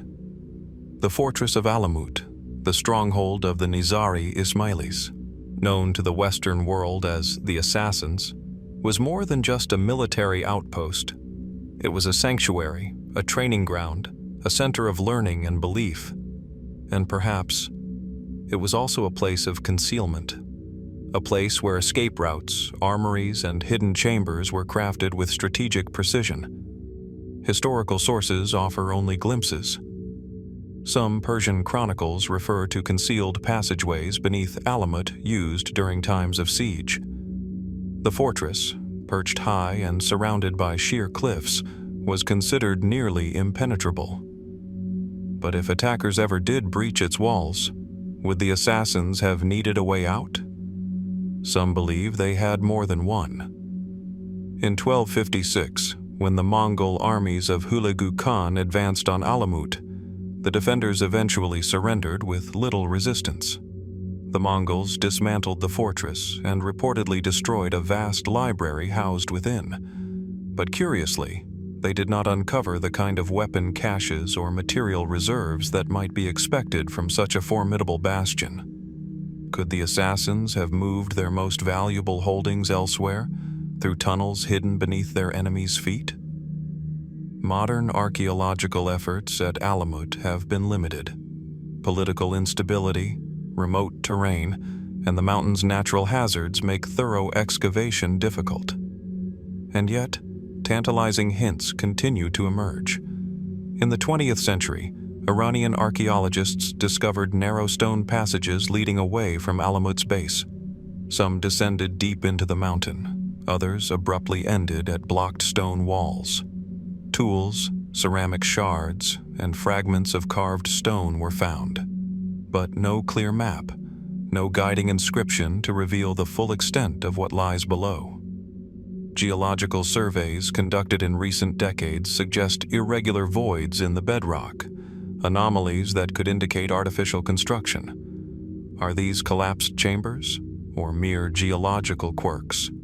We do not know. The mountain is silent. Local folklore, however, is less reserved. Among villagers living in the valleys around Alamut, stories persist of children vanishing into cracks in the earth only to emerge days later in distant fields, confused, unharmed, and forever changed. Shepherds speak of echoes beneath the hills, strange winds that seem to rise from below. And there are tales, persistent if unverifiable, of men who found entrances into the tunnels and returned with ancient coins or scrolls bearing strange symbols. In some versions, these explorers never returned at all. Are these merely folk tales, echoes of history distorted by time, or fragments of truth wrapped in myth? Some researchers believe that if such tunnels do exist, they may have served as escape routes, storage spaces, or even ritual chambers for the assassins' inner circle.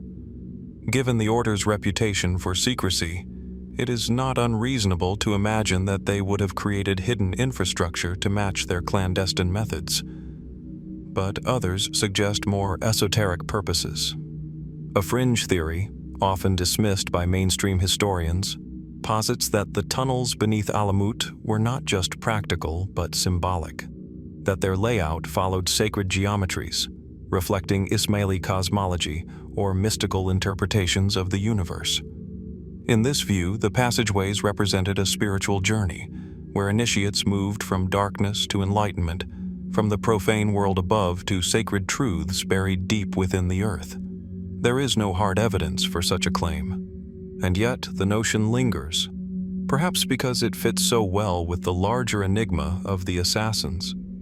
Their blending of faith, philosophy, and covert operations created a worldview where the physical and metaphysical often blurred. Could the tunnels have been used for initiation rites, quiet study, secretive councils, unreachable by prying eyes? Or were they merely utilitarian, tools of survival in a hostile world? Adding to the mystery are recurring patterns across other Nizari strongholds. Castles like Masyaf in Syria, Lamia Sar, and Gurdku in Persia also reveal signs of subterranean construction, rooms carved into cliffs, descending staircases vanishing into the rock, shaft-like openings that seem to serve no visible purpose. Was this a standard practice among the assassins? And if so, how many of these underground systems remain undiscovered? There are whispers that in recent years, satellite imagery and ground-penetrating radar have identified unusual subsurface patterns around Alamut, hinting at the possibility of long-forgotten corridors. But excavation efforts remain stalled. Bureaucracy, limited funding, political tension. The mountain keeps its secrets for now. Today, when the mist drapes the ruins of Alamut like a shroud, and the wind whistles softly between fractured stones, it's easy to imagine voices echoing from somewhere deep below. The sound of sandals on stone, the quiet hush of hidden gatherings, the flicker of torchlight against walls unseen for centuries. What lies beneath the fortress may never be fully known. Were the tunnels real? If so, where do they lead? What might still rest in the darkness, untouched by time, protected by stone, waiting to be found? Or perhaps the greatest secret of Alamut is not what was buried beneath it, but why the assassins made sure we would never find it. High on the jagged slopes of the Elburz Mountains, beneath a cold, moonlit sky, a figure kneels alone in silent prayer. A blade rests beside him, not drawn in defense but offered as a symbol. His breath is steady. His thoughts are not of survival, but of sacrifice. This is no ordinary soldier. This is a Fida'i. The word itself, Fida'i, derives from the Arabic Fida'i, meaning one who sacrifices. But this was not a metaphor. For the assassins, the Fida'i was a man who had accepted death not merely as a possibility, but as his destiny. Cloaked in secrecy, driven by ideology, and revered within the order, the Fida'i embodied one of the most chilling and perplexing doctrines in medieval history: martyrdom by choice, not compulsion. But what truly motivated these men to walk willingly into death? Historical chronicles, both Islamic and Western, describe the Fida'i as elite operatives trained to carry out assassinations with surgical precision. They infiltrated courts, disguised themselves as servants or dervishes, and struck with daggers at the very heart of power. Kings, viziers, generals, none were untouchable. Yet what astounded their contemporaries was not just their skill, but their unwavering acceptance of certain death. In one infamous episode, a Fida'i publicly approached Saladin's tent during a campaign in Syria. According to some accounts, he left a poisoned dagger beside the Sultan's bed and disappeared into the night. It was a warning. We can reach you whenever we choose. And Saladin, a hardened warrior, took it seriously. But what kind of doctrine inspires such absolute devotion? Mainstream historians trace the roots of the Fida'i ideal to the esoteric teachings of the Nizari Ismaili branch of Shia Islam. Their spiritual leader, the Imam, was considered the rightful guide of the faithful, not only in matters of religion, but of destiny itself. To obey the Imam was to serve a divine purpose. For the Fida'i, this was not fanaticism, it was fulfillment. At Alamut, it is believed that young men were carefully selected, isolated, and indoctrinated into this worldview. Some sources, such as the writings of Marco Polo, though often romanticized, claimed that initiates were drugged with hashish and led into lush gardens where they were promised paradise in exchange for obedience. Upon waking, they were told that their vision was a glimpse of heaven, a reward awaiting them should they die in service of the Imam. Modern scholars largely dismiss Polo's account as a fable designed to explain the strange power the assassins held, but the symbolism behind it remains potent. Paradise was not just a religious concept, but a political tool. Yet even with such explanations, questions persist.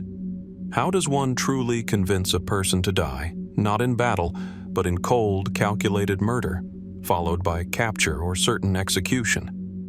The answer may lie in the unique blend of theology, isolation, and purpose. The Fida'i were not just soldiers, they were spiritual instruments. Each mission was portrayed as an offering, a purifying act that would cleanse not only themselves, but the world. In their minds, they were not losing their lives. They were trading them for something eternal. And perhaps more chillingly, they did so with calm. Numerous eyewitnesses from the Crusades and Islamic courts described Fida'is who carried out their mission and then stood motionless as guards descended upon them. No resistance, no pleas, only silence. But beyond doctrine, a deeper mystery lies hidden. Who truly selected the targets? While Hassan-i Sabbah, the founder of the order at Alamut, is often credited as the master of these missions, the internal mechanisms of target selection remain obscure. Did these orders come directly from the Imam, believed to possess divine wisdom? Or from a hidden council operating in the shadows, balancing religious zeal with political calculus? Some fringe theorists propose an even stranger possibility, that the Fida'i were not simply agents of the Ismaili mission, but pawns in a larger geopolitical game. manipulated at times by rival Muslim factions, Byzantine agents, or even Crusader powers who benefited from the removal of a troublesome noble or rival commander. It is true that some of their assassinations aligned conveniently with external interests. Coincidence or collaboration? The records are vague, often filtered through hostile chroniclers or second-hand retellings. Still others point to an internal hierarchy of the assassins that remains largely undocumented. What if there were layers of leadership, unseen even to the Fida'i themselves, a secretive elite guiding the blade, veiled not only from the world, but from their own agents? And what of the Fida'i after death? In some traditions, their names were honored, in others, forgotten. Their graves, if they had any, were left unmarked. No marble tombs, no soaring epitaphs, only whispered prayers and the faint memory of their cause. In modern times, the concept of the Fida'i has been both romanticized and misunderstood. Popular media depicts them as silent warriors, akin to spies or ninjas, operating with impossible precision. But the reality, shrouded in layers of spiritual fervor and historical obscurity, is far more complex. Were they heroes, fanatics, victims, or something else entirely? Today, as one stands among the broken stones of Alamut, beneath the shifting clouds and the silence of history, one cannot help but wonder, how many walked these very corridors, knowing they would never return? What did they feel in those final moments before striking? Fear? Peace? Rapture? And perhaps most haunting of all, could the doctrine of the Fida'i have survived? In whispers? In hidden orders? In ideas passed down through the centuries, waiting for the right time, the right cause, to awaken once again? The mountain remains quiet, but the question lingers. Nestled deep within the remote valleys of northern Afghanistan, where the rugged terrain twists like the folds of an ancient scroll, a stone village clings to the mountainside. In this austere, wind-chiseled landscape, generations have lived as though time itself forgot to turn its page. And in one of these secluded enclaves, a whisper persists, a story passed down quietly, behind shuttered doors and over dimly lit fires, that the bloodline of the assassins never vanished. It's here, in the seemingly forgotten corners of the Islamic world, that the question begins to take shape.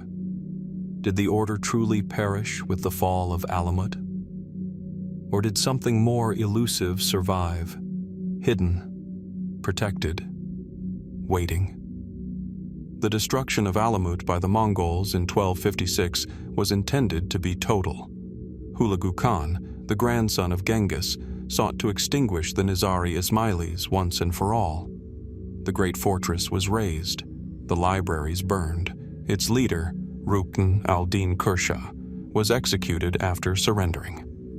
By all historical accounts, the assassins' grip over the mountains of Persia was broken beyond repair. And yet, they were not forgotten. In fact, they were not even fully gone. Some of the assassins' mountain fortresses in Syria and parts of Persia reportedly continued operations for decades, even centuries. Scattered communities remained loyal to the Nizari faith, carefully concealing their beliefs under layers of secrecy. Survivors melted into local populations, and among them, a thread was quietly preserved, the belief that the Imam's bloodline endured. How did such a lineage survive? And more importantly, where? The Nizari Ismailis have always held that their line of Imams never ended. According to their tradition, even after the fall of Alamut, the rightful Imam continued to exist, but in concealment. Unlike other Shia groups whose leadership became publicly visible, the Ismaili Imams adopted a strategy of strategic silence, known as Satyr, a state of occultation in which their presence was hidden but spiritually guiding. By the 14th century, traces of this lineage emerge again, this time far from the mountain fortresses of Persia, in India. The Khoja community, a group of Indian Muslims, began to identify a spiritual figure known as the Aga Khan as their leader. This figure claimed direct descent from the Nizari Imams of Alamut, and remarkably, the title has persisted through centuries. Today, the 49th hereditary Imam, Shah Karim al-Husseini, known as the Aga Khan IV, openly leads millions of Ismailis around the world. His role is spiritual, philanthropic, and cultural. But in the shadow of this modern leadership lies an extraordinary claim that his bloodline reaches back unbroken through centuries of upheaval, all the way to Hassan-i Sabbah himself, and beyond to Ali, the cousin and son-in-law of the Prophet Muhammad. But can such a lineage truly survive the tides of history? Can a bloodline remain intact when empires crumble and names fade into dust? Some historians support the idea. Genealogical records, oral traditions, and the continued identity of the Ismaili community offer a compelling narrative. The Nizaris never truly disappeared. They adapted. They went underground when needed. They re-emerged when conditions allowed. In this telling, the assassins were not destroyed. They evolved. And yet, more fringe theories suggest something even more intricate. Some posit that splinter groups of the assassins may have fled not just east to Afghanistan or India, but westward, possibly even reaching the Ottoman Empire, North Africa, or into the heart of Europe. In these retellings, the surviving Fida'i or their descendants lived in secrecy, integrating into other sects or even influencing underground movements. A few legends go further, suggesting that encrypted messages, coded rituals, and oral histories passed through generations may have reached other esoteric societies, groups such as the Freemasons, the Druze, or the mysterious Yazidis of northern Mesopotamia. These claims remain unverified and highly speculative, but they echo a shared theme: that the order's knowledge, or at least its influence, may have taken on new and unexpected forms. Is it coincidence, then, that so many clandestine groups of the medieval and early modern world reflect some of the structures seen in the assassin order?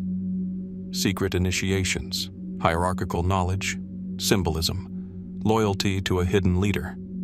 Parallels, perhaps. But how deep do they run? Even within the Ismaili community itself, there are points of quiet divergence. While the majority recognize the modern Aga Khan as the living Imam, smaller groups, like the Tayyibi Ismailis, believe in a different lineage, one that also claims continuity but remains in Satir, hidden from the world. To them, the true Imam is present but unknown, guiding in silence. And here lies the enduring mystery. If the Imam has truly survived for centuries, why stay hidden? Why not reassert the full influence the assassins once commanded? Perhaps history offers a reason. The fall of Alamut showed what happens when spiritual power becomes political threat. The assassin's very name became synonymous with fear. To survive, the line had to become silent. To protect the future, it had to abandon the past, at least on the surface. But has the doctrine disappeared completely? Even today, in isolated valleys of Syria and remote villages of Central Asia, elders still pass down tales of hidden imams, of secret oaths, of knowledge never written down. And in urban centers from Karachi to London, a modern global Ismaili community thrives, outwardly peaceful, humanitarian, and scholarly, yet quietly aware of an ancestry that once shaped empires from the shadows. So, what remains of the assassin legacy? Is it found only in the polished corridors of the Aga Khan's institutions? Or does something older, something darker, still linger in the margins? Are there still guardians of forgotten rites, protectors of texts never burned, disciples of a lineage that never died? In a world that constantly rewrites history, could there be truths we have yet to uncover? truths protected not by secrecy alone, but by belief?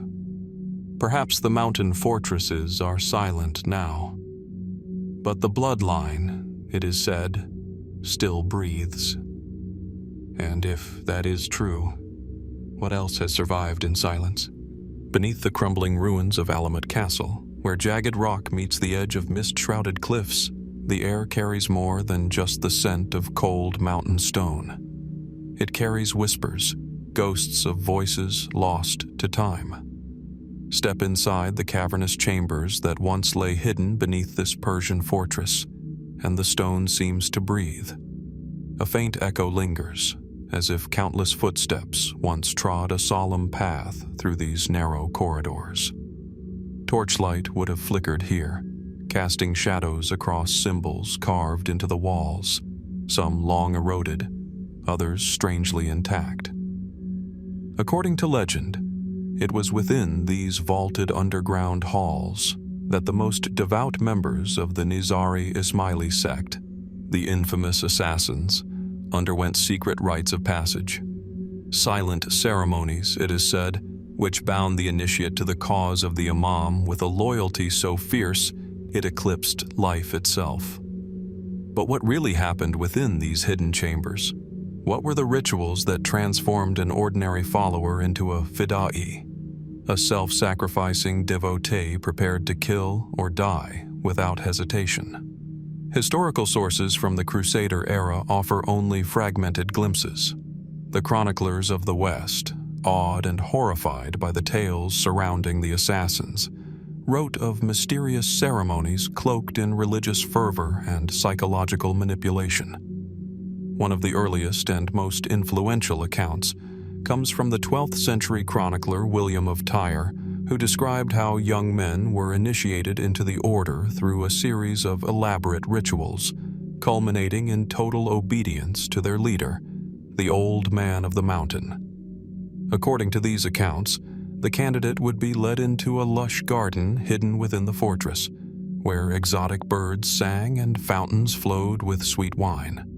There, they would be plied with pleasures, music, food, the presence of veiled women, creating a temporary paradise that blurred the lines between reality and dream. Then, they would be drugged, some say with hashish, and upon awakening, find themselves again before the Imam, who would convince them that they had tasted a glimpse of heaven itself, and that eternal paradise awaited them if they obeyed his command, even unto death. It's a compelling story. But is it true? Modern scholars caution against taking these accounts at face value. Much of what we know about the assassins comes from their enemies, particularly European crusaders and rival Muslim dynasties, who had every reason to exaggerate and demonize them. The seductive garden, the drug-induced visions, the mindless loyalty. These may be more legend than fact, crafted to paint the assassins as fanatics and manipulators. And yet, something clearly did occur within the order. Something powerful enough to bind individuals with unwavering commitment, to instill discipline, secrecy, and unflinching readiness for death. Such psychological conditioning would not have been achieved through simple command. Ritual, mystery, and spiritual depth must have played a role. Was there a sacred text involved? A whispered vow spoken in darkness? Did they pass through symbolic thresholds, guided by senior initiates, learning esoteric truths known only to the inner circle? No direct record of these ceremonies exists. The assassins, by design, kept no written accounts of their internal rites. But fragments survive in other forms. Ismaili metaphysics speaks of batin, the hidden or inner truth behind outward appearances. Initiation, then, may not have been merely about loyalty or secrecy, but about accessing layers of hidden knowledge, an intellectual and spiritual awakening disguised as obedience. Hints of structured initiation appear in later Ismaili writings, preserved in the Indian subcontinent and in the Fatimid literature of earlier centuries. In these texts, the journey of a believer is marked by degrees of enlightenment. At each stage, the initiate ascends through hudud, a hierarchy of spiritual understanding, moving closer to the divine essence as revealed by the living imam. Was the assassin order simply applying these esoteric ideas in a militant context, or did they invent something entirely new, an inner priesthood bound not just to belief, but to mission? Speculative theories abound. Some researchers suggest that the initiation rituals may have drawn on pre-Islamic traditions, local Sufi practices, or even remnants of Zoroastrian mystery schools that lingered in the Persian highlands. Others point to parallels with other secretive societies, the use of oaths, trials, symbolic death and rebirth, and progressive levels of access to inner doctrine. Were the initiates tested with acts of deception, loyalty, or courage before being fully accepted? Did they undergo a kind of ritual death, perhaps through isolation, hallucinogenic states, or symbolic burial? No one can say for certain. More fringe theories link the assassin initiations to global esoteric currents, drawing tenuous connections between the assassins and later secret orders like the Templars, the Rosicrucians, or even Masonic rites. These claims often lack concrete evidence, but the similarities in ritual structure and secrecy are hard to ignore. Could there have been cross-cultural transmission of ideas through the web of Crusader contact zones? Did the assassins inspire or influence rituals far beyond the borders of their crumbled fortresses? To this day, the Ismaili community does not publicly speak of any ancient rites resembling the legends of Alamut. The modern Nizari faith emphasizes education, service, and spiritual understanding, not militancy or clandestine rituals. And yet, some practices remain private, reserved only for initiated members. Is this the continuation of a living tradition, slowly evolved over time, or merely the echo of something lost, a faint resonance of what once was? Within the ruins of Alamut, no trace remains of lush gardens or whispered oaths. The stones are mute, worn smooth by time and silence. And yet, those who stand there report a strange sensation, a weight in the air, a hush that feels older than history. What rites were once spoken in these vaults? What secrets were passed from master to disciple beneath these ceilings? And what, if anything, might still echo in the memory of stone, waiting for someone to listen? High in the remote valleys of the Elburz Mountains, where snow-kissed peaks shelter narrow passes and the air grows thin with silence, there once stood a network of fortified outposts, places of Spartan design and strategic brilliance.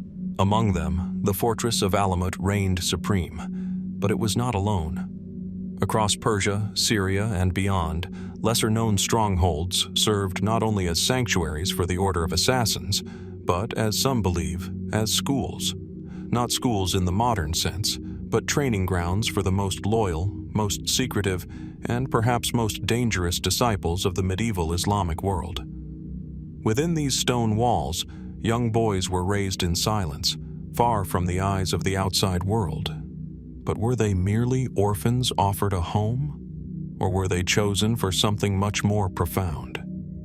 Historical records, scattered and often written by hostile chroniclers, suggest that the Nizari Ismailis did not leave the formation of their elite to chance. According to Persian and Crusader-era sources, boys as young as 7 or 8 were brought into the order's fortresses. Some were children of loyal followers.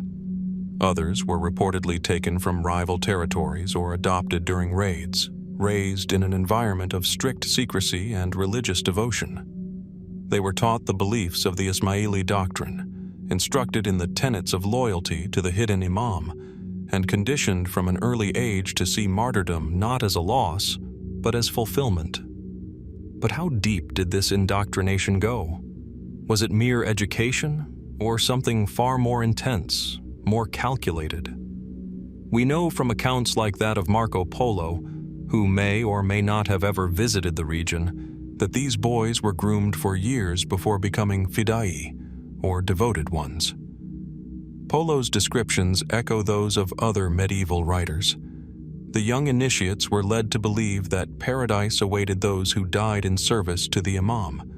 But in this version, they weren't just told, they were shown. Some claim the children were drugged and transported to a hidden garden within the fortress complex, a simulated paradise filled with luxurious fruits, flowing wine, and beautiful maidens. Upon waking in this dreamlike place, the boys were told they had glimpsed heaven itself, and that obedience was the key to returning to it. Later, removed from the garden, they would follow orders with unwavering conviction, even to the point of sacrificing their own lives. This account has captivated Western imaginations for centuries. But was it true? Or was it merely a story told by outsiders trying to explain the order's mysterious loyalty? Modern historians have cast doubt on the more fantastical elements. There is no solid archaeological evidence of such a garden at Alamut. The idea of a literal paradise used as a psychological trap may have been a metaphor misunderstood or deliberately twisted by enemy scribes. But even if the tales of wine-soaked illusions are exaggerated, they raise compelling questions. The assassin's ability to instill absolute loyalty, even unto death, cannot be denied. Could this have been achieved through a form of spiritual education alone? Or was there a system of emotional and psychological conditioning that we no longer understand? Children are uniquely impressionable. The idea that the assassins began their training in early youth lends weight to the theory that they were not merely soldiers, but crafted instruments, shaped from their very beginning. Was their training comparable to the medieval warrior monks of Europe? Or perhaps more akin to psychological reprogramming, millennia before the term would even exist? Beyond faith and philosophy, these boys were said to be schooled in the arts of stealth, disguise, and deception. They were taught languages, cultures, and the ability to blend into foreign environments. Some could impersonate monks, merchants, or servants. Others became scholars or scribes, gaining access to courtly circles before striking their target with a concealed blade. The level of discipline required for such missions suggests an education system unlike anything else of its time. But where did these methods originate? Were they innovations of Hassan-i Sabbah himself, the legendary founder of the Nizari stronghold at Alamut, or drawn from older traditions? Some suggest the roots go back to Persian military academies or pre-Islamic systems of elite training. Others wonder whether Hassan adopted elements of Sufi instruction, using altered states of consciousness to break down the ego and rebuild the disciple in service of divine truth. Or were these training regimens closer in spirit to the ancient mystery schools of Egypt, Greece, or even India, where symbolic death and rebirth marked the path toward enlightenment?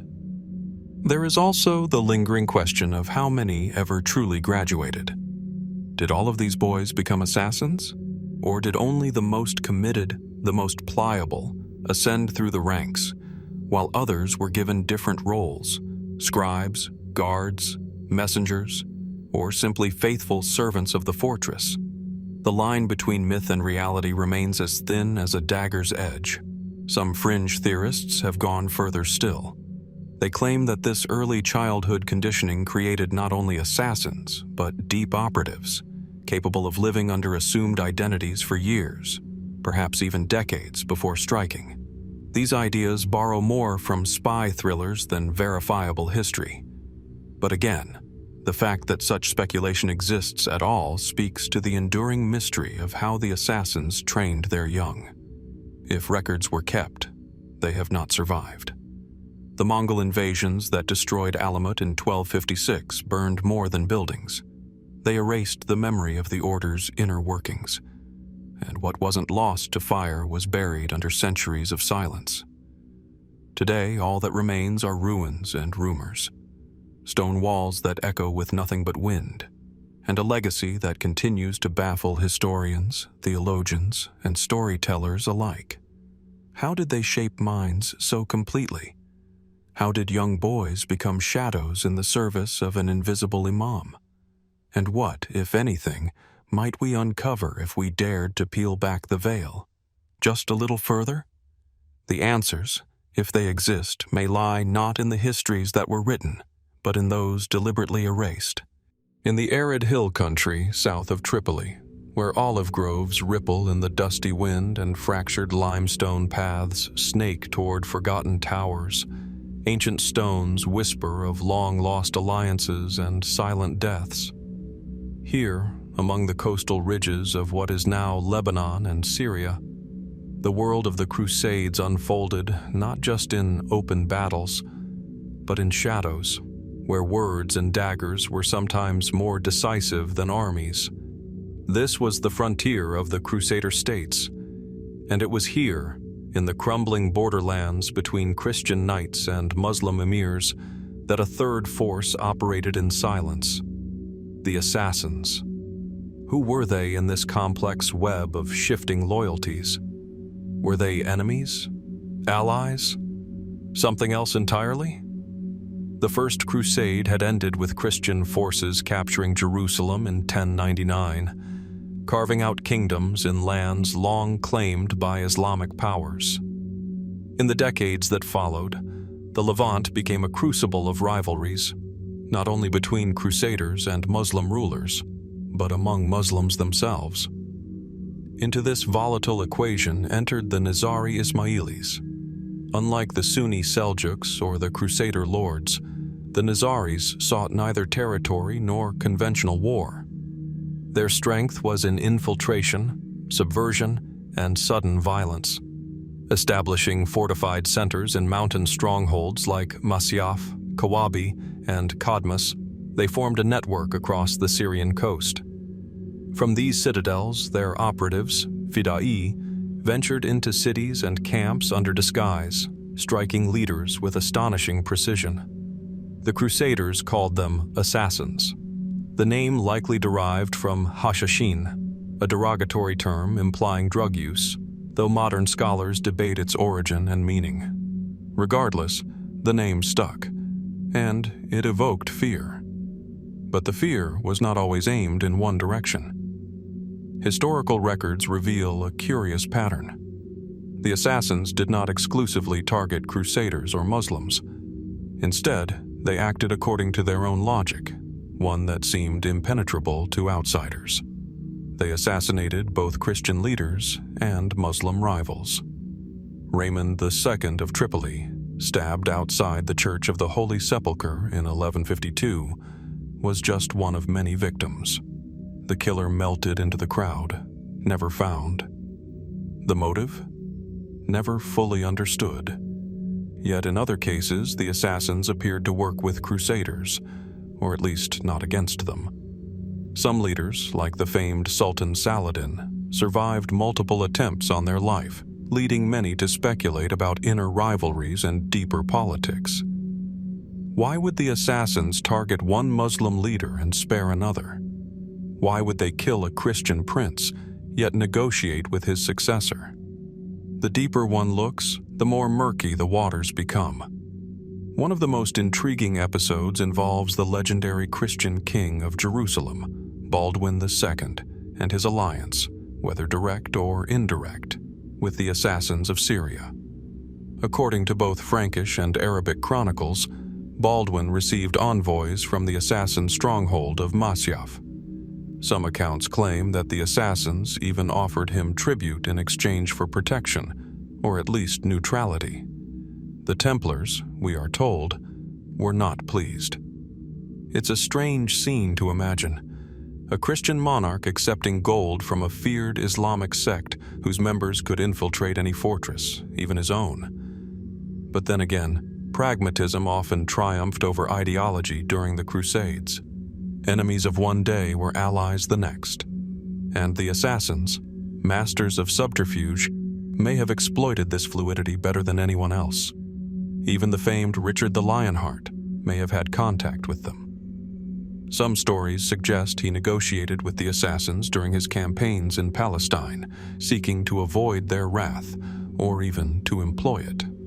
The details are, at best, speculative, but the mere existence of such stories points to the aura of mystique the assassins commanded. But were these relationships real? or inventions of frightened minds? Did the assassins truly influence the course of the Crusades through selective murder? Or were their actions merely footnotes in a larger, more chaotic conflict? Some historians argue that the fear of the assassins often outweighed their actual political effect, that they were a psychological weapon as much as a physical one. Others contend the opposite, that their elimination of key figures destabilized power structures in ways we still don't fully understand. And then there are the fringe theories. These claim that the assassins were puppet masters, manipulating Christian and Muslim factions alike to serve their secret esoteric goals. That their true purpose was not political at all, but spiritual, and that each assassination was a ritual act, part of a hidden doctrine far older than Islam or Christianity. There is no evidence to support such theories. And yet, their persistence reflects the gaps in the historical record. Too much of the assassins' activity was undocumented, too many of their messages delivered only by word of mouth, sometimes followed by a silent knife. What did they believe truly? Did every assassination have a higher justification known only to the inner circle? And if so, who was truly pulling the strings? One episode, perhaps the most mysterious of all, occurred during the reign of Saladin. In 1176, Saladin marched to the gates of Masyaf to eliminate the assassins once and for all. But something happened. According to chroniclers, Saladin withdrew unexpectedly. Later accounts, some from his own court, claim he awoke one night to find a dagger placed beside his pillow. No guards had seen anyone enter. A note accompanied the blade.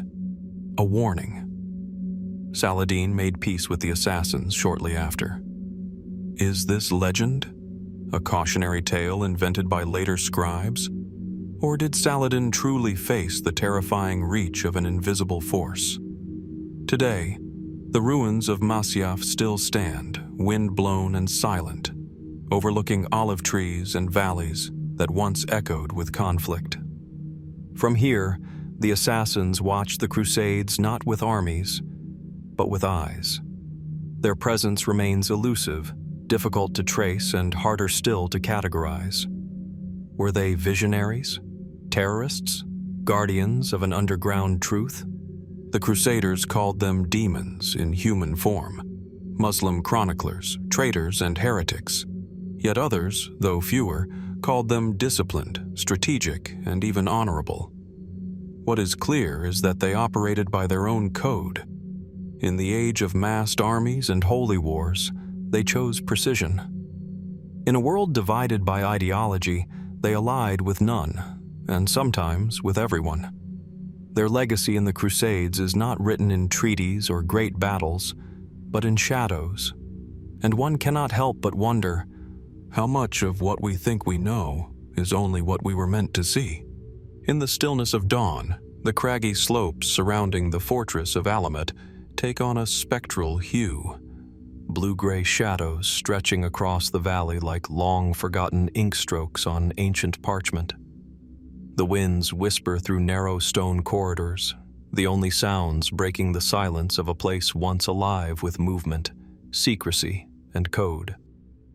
To the untrained eye, it is only a ruin.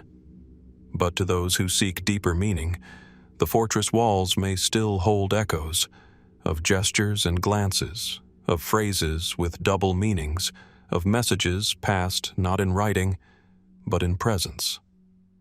Of a language invisible to all but the initiated. How did the assassins, a minority sect spread across hostile territories and hunted by both Crusader and Muslim powers, maintain such discipline, coordination, and reach?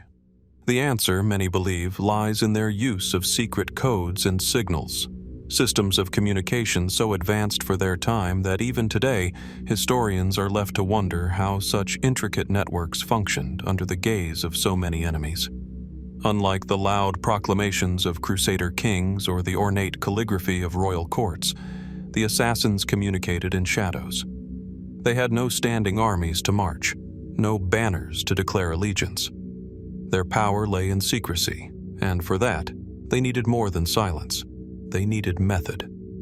Accounts from the medieval chroniclers, both Western and Arabic, hint at a world of cryptic rituals and subtle signals. Some wrote of hand gestures used to silently command obedience or issue orders in crowded public spaces. Others described messenger systems that moved through hostile territory unimpeded, as if protected by some unseen force. How was information passed from Alamut to far-off outposts like Masyaf, Lamassar, or Rudkhan without interception?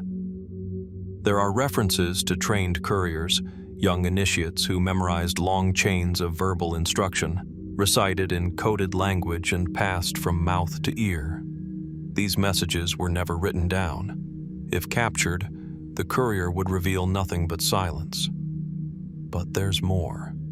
In the heart of the assassins' mountain strongholds, some believe the inner circle, known as the Dais, employed ciphered texts, using hidden scripts embedded within religious manuscripts or architectural carvings. One example is the repeated geometric motifs seen on stone walls and door lintels, patterns that some scholars claim follow numeric sequences linked to the Ismaili cosmology, while others dismiss them as mere decoration. Could these patterns have been a form of symbolic messaging? A warning? A call? A confirmation of allegiance? More speculative are the theories that the assassins used objects, rings, prayer beads, or specific arrangements of everyday items to convey meaning between agents in foreign cities. A lantern placed in a window, a red scarf hung on a certain balcony, the position of a coin on a table, each gesture, seemingly harmless, might have been part of a sophisticated system of covert communication. The use of body language was reportedly elevated to a science.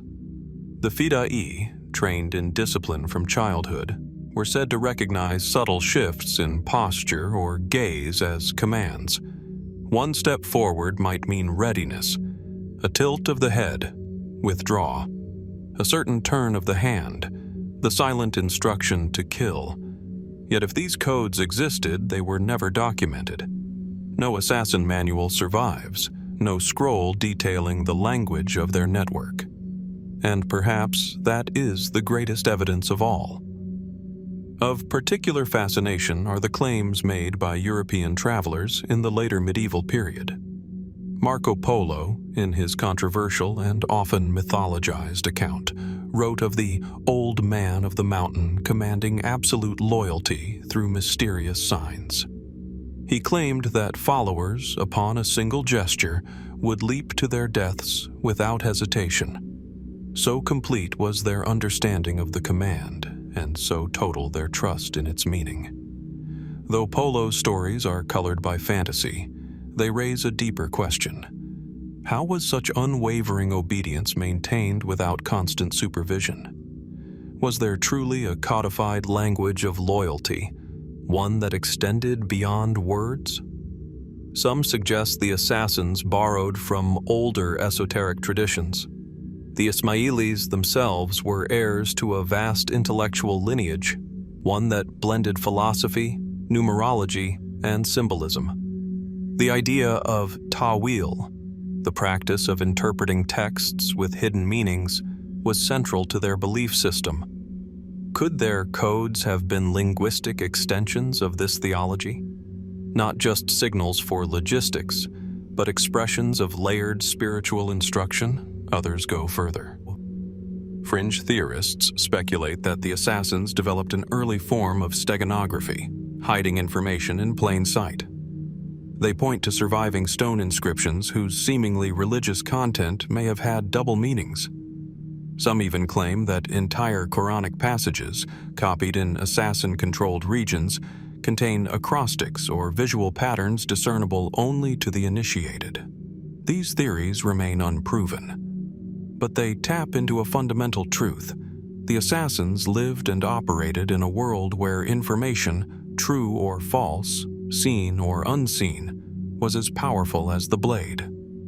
To understand just how essential secrecy was to their operations, one must consider the logistics. How did the assassins coordinate multiple assassinations across different cities and courts, often weeks or months apart, without a central command chain or written record.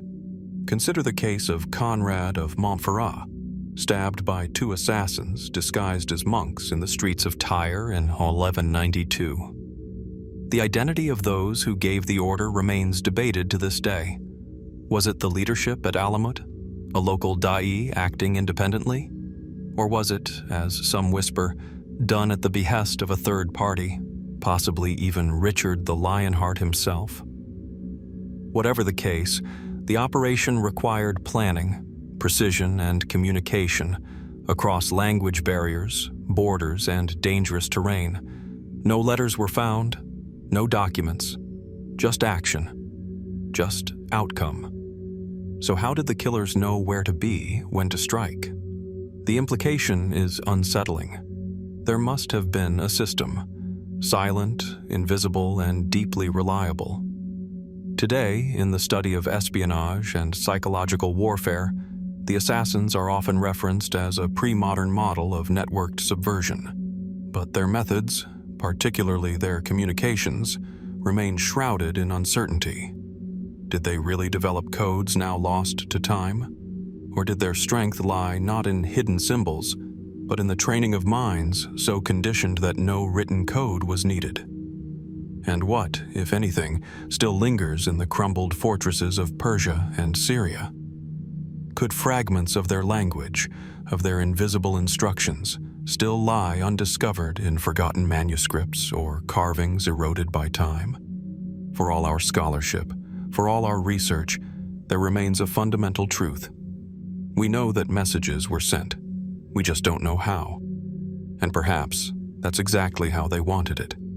At the edge of the Elburz Mountains, where the dry air carries the scent of crushed herbs and dust, a forgotten village clings to the ruins of what was once a thriving Ismaili stronghold. The stone foundations are overgrown with vines. Sunlight dances through gaps in the ancient masonry, casting strange shadows along crumbling corridors. Among the debris, shards of pottery, bits of fabric, fragments of glass, something stirs the imagination. A simple bronze hairpin, unearthed from beneath the collapsed roof of a watchtower. It is not the object itself that draws interest, but the question it provokes. Who wore this in such a place? A caretaker? A visitor? Or could it have belonged to someone with a more covert purpose? For centuries, the chronicles of the assassins have focused on men trained in silence, loyal to death, who struck down kings and commanders with surgical precision.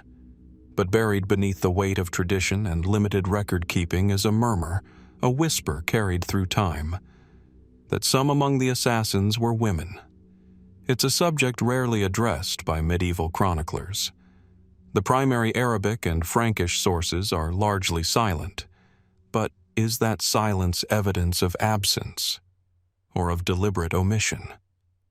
In the patriarchal societies of the 11th and 12th centuries, it is easy to imagine why female agents would go unrecorded. A woman, after all, could move unnoticed in spaces closed to men, bazaars, bathhouses, the private quarters of nobility. In a world divided rigidly by gender, this very division could be turned into an advantage. Some scholars argue that the assassins, with their emphasis on loyalty, subtlety, and the manipulation of perception, may have recognized this early on. The Ismaili sect, from which the assassins emerged, held a more egalitarian view of spiritual knowledge than many of their contemporaries. Women, while not leaders, were not excluded from religious life. In certain mountain communities under assassin control, archaeological evidence suggests that women participated in local administration, education, and possibly even military logistics. Could it be that, under the veil of secrecy that cloaked the entire organization, some women were trained not only as support, but as Fida'is themselves? In a 13th century Persian folktale preserved in fragments, there is mention of a veiled woman who enters a Seljuk governor's court in Nishapur. She is described as a storyteller, captivating the audience with tales of distant lands. Hours later, the governor lies dead, a thin blade driven between his ribs. The woman vanishes, leaving no trace. The tale is often dismissed as a fable, an embellished legend. And yet, it mirrors the precise, high-risk tactics known to be employed by the assassins: disguise, charm, infiltration, and a fatal strike. Could such stories preserve traces of a reality too uncomfortable for chroniclers to write plainly?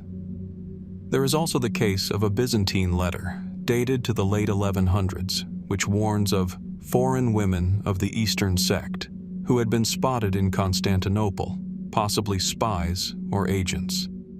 The description is vague.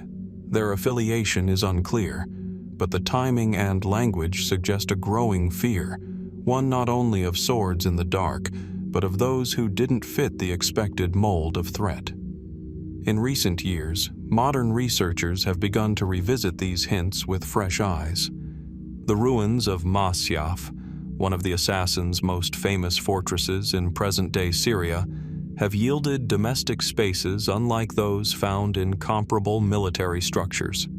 These quarters, separate, protected, and with access to both the outer gate and inner chambers, raise intriguing possibilities. Were they simply family areas? Or were they purposefully designed for operatives who required privacy, flexibility, and discretion? Among these sites, items traditionally associated with women, jewelry, finely woven fabrics, medicinal tools, have been found in unusually strategic locations. While such evidence does not confirm the existence of female assassins, it adds texture to a narrative that is still being written. Some historians have also pointed to oral traditions in northern Palestine and parts of southern Syria. In certain rural communities, tales persist of shadow brides, women in red, who would appear in cities to avenge slain family members or carry out retribution on behalf of unseen masters. Again, these are stories passed from grandmother to child, not inscribed in court documents or battle records. But their persistence over centuries suggests something more than simple folklore. Could these legends be distorted memories of women trained in secrecy? From a practical standpoint, the inclusion of women in an underground network makes sense. Infiltration often relies on being underestimated, overlooked, unseen. A woman in a market, a healer at a caravanserai, a dancer in a noble's household. These are not images that raise suspicion in the context of medieval warfare, but in the hands of a skilled operative, such roles offer ideal cover.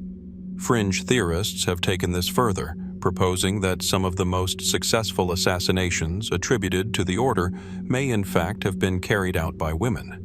They point to the lack of eyewitness testimony in certain killings, the absence of chase, of conflict, the clean disappearance of the assassin. But this remains speculation. The deeper one digs into the histories of the assassins, the more deliberate the erasure appears. Their secrets were meant to stay buried, not only from their enemies, but perhaps even from their own allies. Which names were never recorded? Which faces were never remembered? In the end, we are left with questions more than answers. A bronze hairpin, a forgotten room, a folk story passed in whispers. None of these confirm the existence of female assassins, but each adds another layer to the shroud of mystery that surrounds this elusive brotherhood, or perhaps siblinghood. Could the silence in historical records be precisely the point? Were women part of the assassin legacy all along, hidden in plain sight, as invisible as their blades? And if so, how much of that legacy remains hidden today? It rests beneath glass, inside a dimly lit gallery deep within the Museum of Islamic Art in Cairo. Its blade, only 8 inches long, is tarnished by centuries of sleep, yet its presence is unmistakable. The hilt is wrapped in worn leather, its pommel bearing a faint engraving, an arc intersected by a single vertical line. The symbol is familiar to those who study the hidden histories of the medieval Middle East. To the untrained eye, it's just an old blade, but to those who know what to look for, it is something else. A message, a warning, a signature.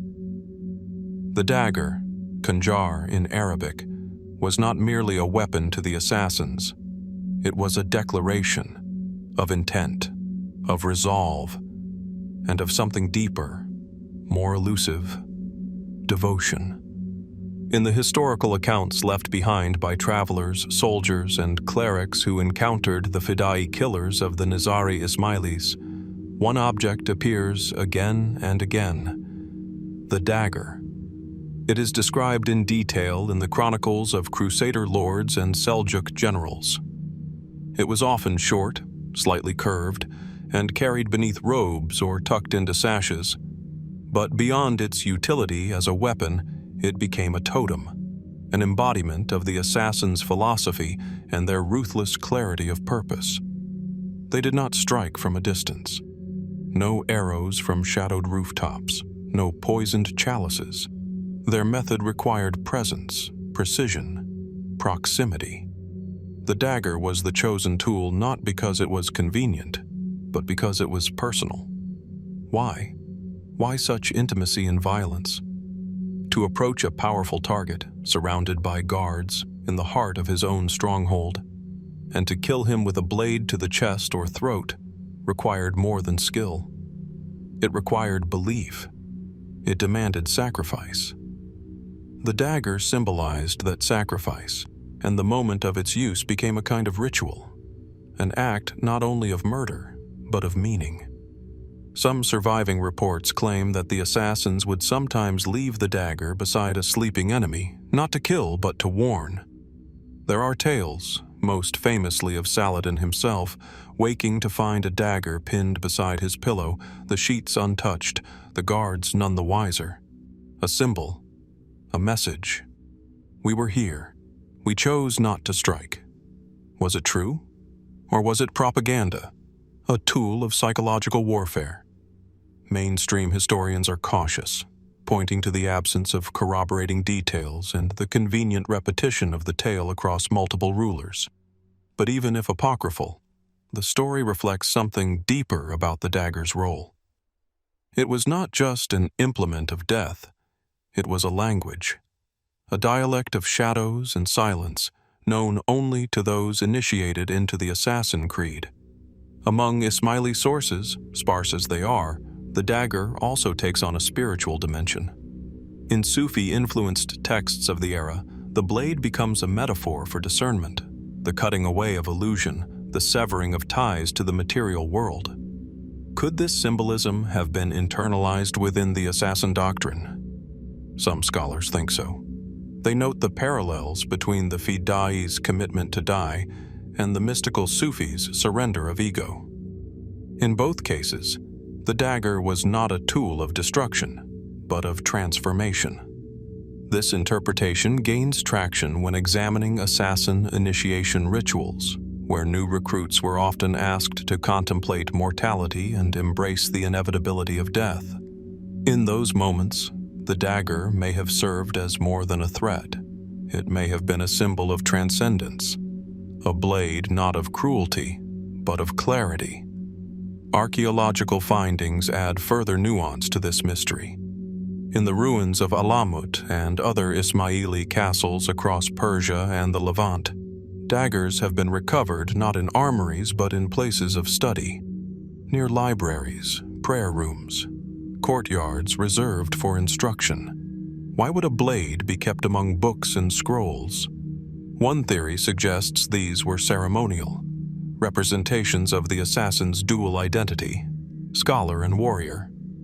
Another, more speculative idea is that certain daggers bore inscriptions, coded messages perhaps, or names of past martyrs.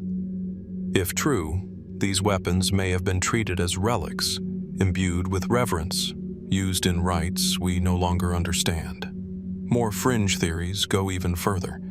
Some posit that each assassin carried a personalized dagger, one that was tied to their rank, mission, or spiritual stage. Rumors persist of blackened daggers for those who had renounced all ties to the outside world. Silver-hilted ones for those on their final mission. No such system is verified by surviving texts, but the consistency of these whispers across regions and across centuries is difficult to ignore. Were these blades more than tools? Were they tokens of identity, silent bearers of a creed that lived and died in shadow? The symbolism deepens when we consider how the dagger was used in public killings. The act was never secretive. Fida'is often struck in marketplaces, during court audiences, or amid crowded ceremonies. They were often caught, and almost always killed afterward. This was not espionage, it was performance. The dagger was center stage. Its use had to be seen. What message was being sent? Some say it was terror, a display of reach and resolve. Others suggest it was a kind of martyrdom theater, meant to show the ultimate expression of faith and loyalty. In either case, the dagger became a visual statement, impossible to misinterpret. Yet for all its visibility, the dagger's deeper meaning remains elusive.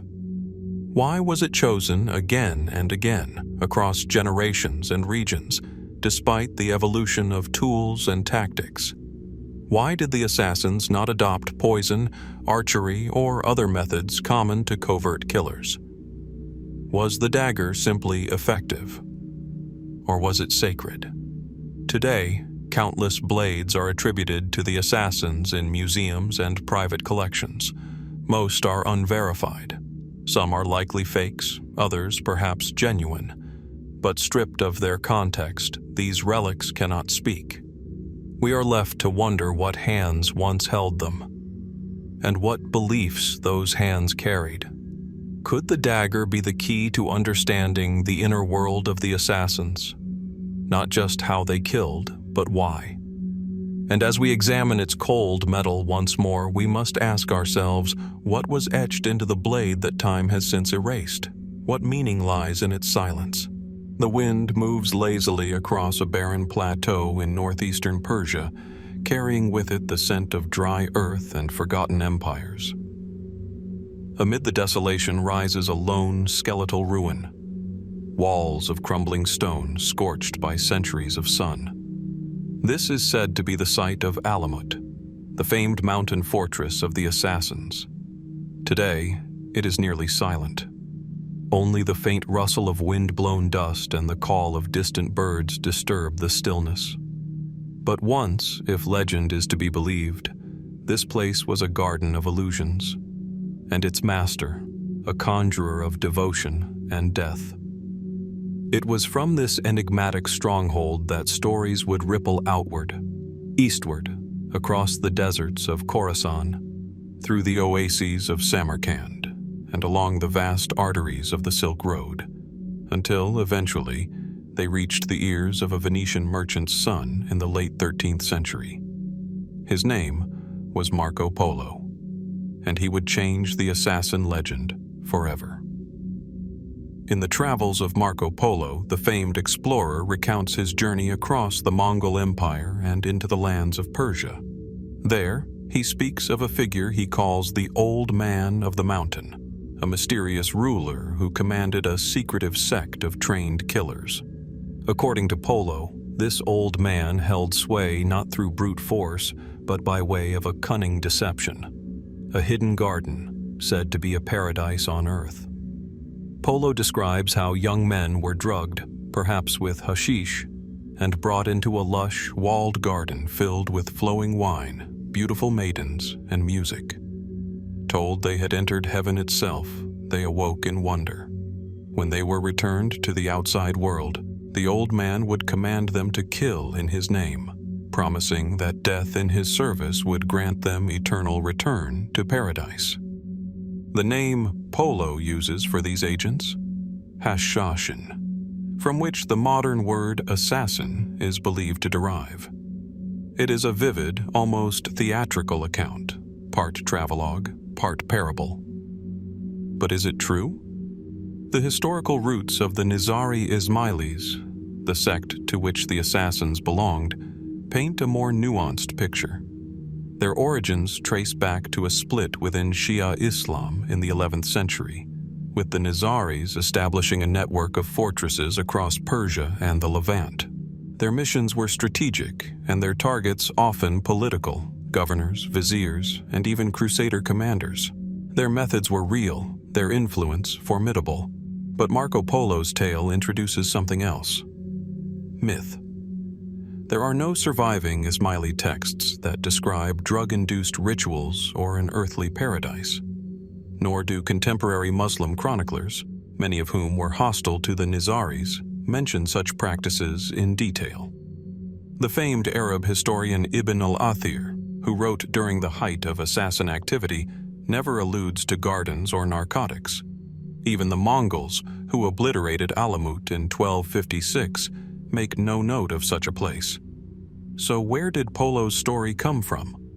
One possibility is that Polo, like many travelers of his time, repeated what he was told, an oral tradition already centuries in the making.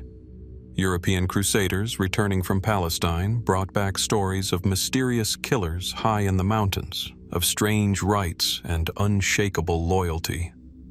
The Arabic term Hashshashin, possibly a slur used by their enemies, may have been misunderstood or deliberately exaggerated, or perhaps Polo was told what he wanted to hear. In the courts of the Mongol Khans, where Polo spent much of his time, tales of strange, exotic lands were currency. The stranger, the better. Was the legend of the Paradise Garden a Mongol invention or a Persian rumor, passed from storyteller to storyteller until it reached Polo's pen? And yet, one cannot help but linger on certain elements of the story. The garden, the promise of paradise, the unwavering obedience of the Fida'i, willing to die at a single command. Is it possible there was something symbolic here? A metaphor misunderstood? Some scholars argue that the Nizaris may have used the concept of paradise allegorically as part of their spiritual teachings. In Ismaili theology, the imam was seen as a guide to divine truth. The garden, then, could represent enlightenment, union with the hidden realities of the universe. Could Polo or his sources have mistaken these mystical ideas for literal ones? Others, more fringe in their interpretations, suggest a hidden hallucinogenic ritual. Perhaps not hashish, but something older, deeper. A ceremony rooted in ancient mystery cults. The garden as a psychological initiation, real, but inward. A test of loyalty, not of deception. But there is no definitive proof. The language of myth is a strange thing. It twists and folds, carrying truth in its undercurrents even as the surface glitters with fiction. Polo's tale may not be accurate in a historical sense, but it reveals something no less important: the power of the assassin legend. To a merchant from Venice, the idea of a secret brotherhood, bound by devotion and blood, executing their mission with surgical precision, was irresistible. To the medieval imagination, it was terrifying and thrilling all at once. And so, the Hashshashin of Marco Polo's tale became immortal, not just as killers, but as symbols of something larger: secrecy, loyalty, and the terrible seduction of absolute belief. Today, scholars continue to debate the origin of the word Hashshashin. Was it really derived from hashish users, as Polo suggests, or was it a derogatory term imposed by enemies, twisting meaning to discredit a rival sect? Some point to the Arabic word asas, meaning foundation, arguing that assassin may have come from Assassiyun, or people of principle. If true, the implication is profound. The very name that has come to mean killer might have originally meant something closer to those with purpose. And so we return to the garden, whether real or imagined. What did Marco Polo see? What did he hear? Was it the echo of a lost ritual? A whisper of something deeper, hidden behind veils of metaphor and misunderstanding? Or was it simply a story a tale told beneath desert stars to entertain a foreign traveler? The truth remains elusive, half buried in the sands of time and the shadows of ruined walls. But one question lingers, unanswered. If the Garden of the Assassins never existed, why does it still feel so real? The fortress at Masyaf lies hidden among the rugged slopes of the Jabal an-Nusayriya mountains, in what is now western Syria. Its weathered stone walls, half consumed by lichen and shadow, look out over the narrow valleys and ancient trade routes below. During the 12th and 13th centuries, this was the nerve center of the Nizari Ismaili assassins in the Levant. More than just a military stronghold, it was a sanctuary, a school, a sacred space. But not all who passed through these gates returned. For some, particularly those who failed in their mission, Masyaf may have become a tomb. What happened to those who failed? Were they quietly exiled, secretly executed, or subjected to something stranger, something darker than we yet understand? Throughout the medieval world, the reputation of the Hashshashin was bound to their near-mythical success. They were surgical in their strikes, often killing high-ranking officials with a single blow before vanishing or embracing martyrdom. The fear they inspired came not just from their actions, but from the belief that they never failed. But that, of course, is impossible. No organization, no matter how disciplined, is immune to failure. Targets survive, plans unravel, intelligence proves false. And so we must ask, what happened when a Fida'i, the highly trained devotee entrusted with an assassination, returned in disgrace? Unfortunately, very little survives in historical sources that speaks directly to this question. The records of the assassins themselves were almost entirely destroyed in the Mongol invasions of the 13th century. What we do have are scattered references, fragments preserved by chroniclers, enemies, and occasional travelers. From these fragments, a haunting possibility emerges. Some medieval Islamic historians, such as Atta Malik Juvaini, an official of the Mongol court who visited Alamut shortly after its fall in 1256, wrote scathingly of the assassins. Juvaini's account speaks of indoctrination, blind obedience, and a deeply hierarchical society ruled by the mysterious figure of the imam or da'i. In his writings, Juvaini alludes to punishments for those who disobeyed or failed, though he is vague in detail. He suggests that discipline among the assassins was absolute, and that deviation from orders was met with severe consequences. But whether this meant execution, ritualistic suicide, or a more symbolic punishment remains unclear. Could there have been a death ritual, something formal, even sacred, that awaited those who failed? It is here that speculation begins to blend with oral tradition, much of it passed down in whispered stories from the mountains of Persia and the Levant. Some tales speak of failed Fida'is being granted a final meal in silence, followed by a ceremonial farewell at dawn, watched only by their brethren in solemn vigil. Others mention secret chambers beneath fortresses where the condemned were prepared for death, not in punishment, but in purification. Atonement, perhaps, rather than retribution. Could this be true? Some scholars argue that the very structure of the Nizari faith suggests a different view of failure.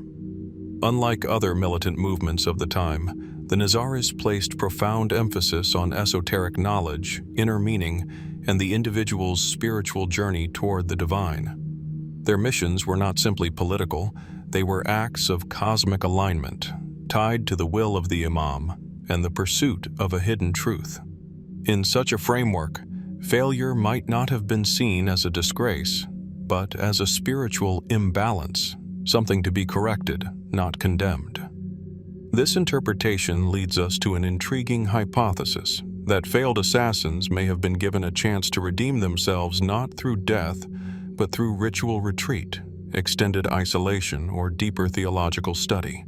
In some fringe interpretations, it is even suggested that the act of failing was seen as a divine message, that the timing was not yet right, or that the target had been placed under unseen protection. But then, there are darker theories. Among certain folkloric traditions, particularly in remote Kurdish and Persian villages, there exist stories of masked processions at night, of ash-marked bodies laid upon slabs of stone, and of chants in an unknown tongue. These tales often connect to half-remembered legends of the Assassinations, those who served an invisible order and never spoke of their duties aloud. Could these be remnants of ancient assassin death rituals? One fringe theory, though not supported by mainstream historians, suggests that some failed assassins were not killed, but transformed, placed into a kind of living exile, masked and stripped of their name, serving forever in silence within the fortress as a warning to others. Not as prisoners, but as shadows. Specters of failure who moved through the corridors like ghosts, reminders of the price of imperfection. A chilling image, to be sure. But is there any truth to it? Perhaps not. Or perhaps the rituals, if they existed, were symbolic in nature, meant to sever the failed Fida'i from his prior identity, allowing him to return to the community reborn. In some mystical traditions, death is not the end, but a passage, a threshold to be crossed before new enlightenment can begin. There is also the question of suicide. Was it demanded or voluntary? Some medieval European chroniclers, who often confused or conflated various Islamic sects, claimed that the assassins were trained to embrace death eagerly, even joyfully. In moments of failure, they would take their own lives without hesitation, believing themselves destined for paradise. But again, this narrative may say more about the observers than the observed. Muslim theologians of the time largely condemned suicide, and it is not clear that the assassins deviated from this teaching. The idea of voluntary martyrdom is distinct from suicide undertaken in despair or disgrace. And yet, the mystery persists. In the dark stillness of Masyaf's ruins, among stones that once held secrets, we are left with more questions than answers. What were the final moments of a failed Fida'i? Were they filled with shame or with reverence? Did they die alone or surrounded by brothers? Was their failure condemned or understood? And why, above all, did the assassins leave behind so little to explain it? It is as though the rituals, if they existed, were designed to vanish with those who performed them, like footprints in desert sand, quickly erased by the wind. Perhaps that was the intention all along. Perhaps the most sacred rites of the assassins were never meant to be remembered. Or perhaps they were never meant to be seen. And so we wonder, what secrets still lie buried beneath the mountain stones of Alamut, or in the silent hallways of Masyaf? What truths have been lost, not by accident, but by design? And if the assassins kept death itself as a ritual, what else might they have hidden, just out of reach?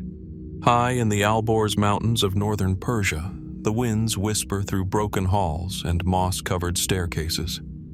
Here, where the ancient fortress of Alamut once pierced the sky, time seems to slow. Crumbling walls reach toward a vanishing past, while the earth clutches what little remains. Beneath the stones, in forgotten chambers carved into the rock, once lay the heart of a brotherhood both feared and revered, the Nizari Ismaili assassins. From these strongholds, meticulously trained Fida'is were dispatched with deadly precision, agents of political upheaval, bound by faith and secrecy. They did not operate blindly. Their missions were not improvised. And yet, among the many questions that surround the assassins, one stands out in particular.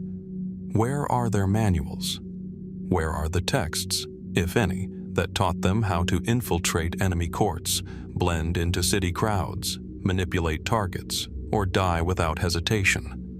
For a society as structured and strategic as the Nizaris, the absence of any surviving training codices is more than a historical gap. It is a mystery in itself. The medieval world was awash with written knowledge. From military treatises in the Byzantine Empire to surgical manuals in Andalusia, instruction was preserved in parchment, copied by hand, and passed through generations.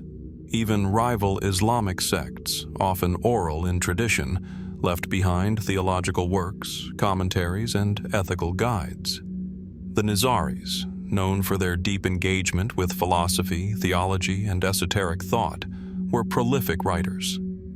The libraries of Alamut and other mountain fortresses reportedly housed extensive collections, religious texts, astronomical charts, and philosophical arguments rooted in Neoplatonism and Shia doctrine. So if the assassins maintained such a culture of literacy, why is there not a single surviving manual dedicated to their methods of assassination? Some scholars suggest a simple answer: they were all destroyed.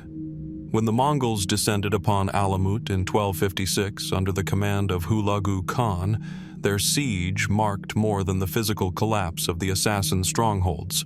It heralded a deliberate erasure. The library was burned. Archives were ransacked. Any record of the Nizari operations may have gone up in flames with the fortress itself. And yet, a few puzzle pieces remain. The Persian historian Malik Juvaini, who visited Alamut shortly after its fall, claimed to have seen the assassin's library before it was torched. He describes bookshelves packed with texts, some theological, others philosophical, but makes no mention of manuals on training or espionage. Was this omission deliberate? Or were the most sensitive documents kept elsewhere? Some accounts, unverified and speculative, hint at a secret vault within Alamut, accessible only to the highest-ranking dais. If true, such a chamber might have contained manuals considered too sacred or too dangerous to be stored in the public library. There's another theory, that the manuals were never written at all. According to this view, the assassins passed their methods down orally, through rigorous personal mentorship. Skills were not memorized from pages but internalized through years of silent apprenticeship. This aligns with certain mystical traditions in Islamic esotericism, where sacred knowledge is seen as too potent, too alive, to be captured by ink and parchment. In such systems, writing is considered a dilution of divine wisdom. What is taught by the living tongue, by presence and ritual, cannot be faked or forged. Could it be that the assassins followed this path? That every mission, every technique, every coded signal was transmitted soul to soul, never committed to a medium that could fall into enemy hands? It would certainly explain the total disappearance of any such texts. And yet, small anomalies persist. In the late 19th century, a traveler named Henri Massé, exploring the Ismaili enclaves of Iran, reported hearing tales of a black book passed down through generations, its pages written in ciphered Persian, locked away in mountain villages. It allegedly contained prayers, initiatory rites, and instructions for stealth. Massé never saw the book, and no such volume has surfaced since. Was it merely folklore? A relic of communal memory, twisted by time? A century later, a curious fragment was catalogued in a private collection in Istanbul. A single folio, written in Arabic script, describing the symbolic use of gestures, including the use of left-handed movements in ritual killings. Scholars remain divided. Some believe it may be a remnant of a Sufi manual, others suspect it could trace to Nizari origins. If it is authentic, then it opens a troubling possibility. Perhaps the manuals are not gone. Perhaps they are scattered, pages torn from bindings, fragments hidden in mosques, monasteries, or private archives, waiting to be reassembled. Or perhaps they were never meant to be found. Some modern researchers have drawn comparisons between the assassins and later clandestine groups, such as the Hashshashin's supposed influence on the Templars and, centuries later, European secret societies. Did their ideas survive through transmission, even if their manuals did not? The British explorer and occultist Aleister Crowley famously claimed to have uncovered ancient teachings from the East related to perfect silence and targeted elimination, drawing from unspecified Nizari sources. Most academics view this claim with deep skepticism, but it raises an unsettling question. Did traces of assassin knowledge leak into other circles long after their fall? What if the manuals didn't vanish, but were deliberately dispersed? What if they were hidden, not to protect them from destruction, but to keep them alive, underground? Back in the ruins of Alamut, nothing remains but foundations and staircases leading to nowhere. And yet, in the silence, one can almost sense a presence. A logic behind the loss. A hand guiding what should, and should not, be remembered. Were the assassin manuals burned by enemies? Or did the assassins themselves ensure they would never survive?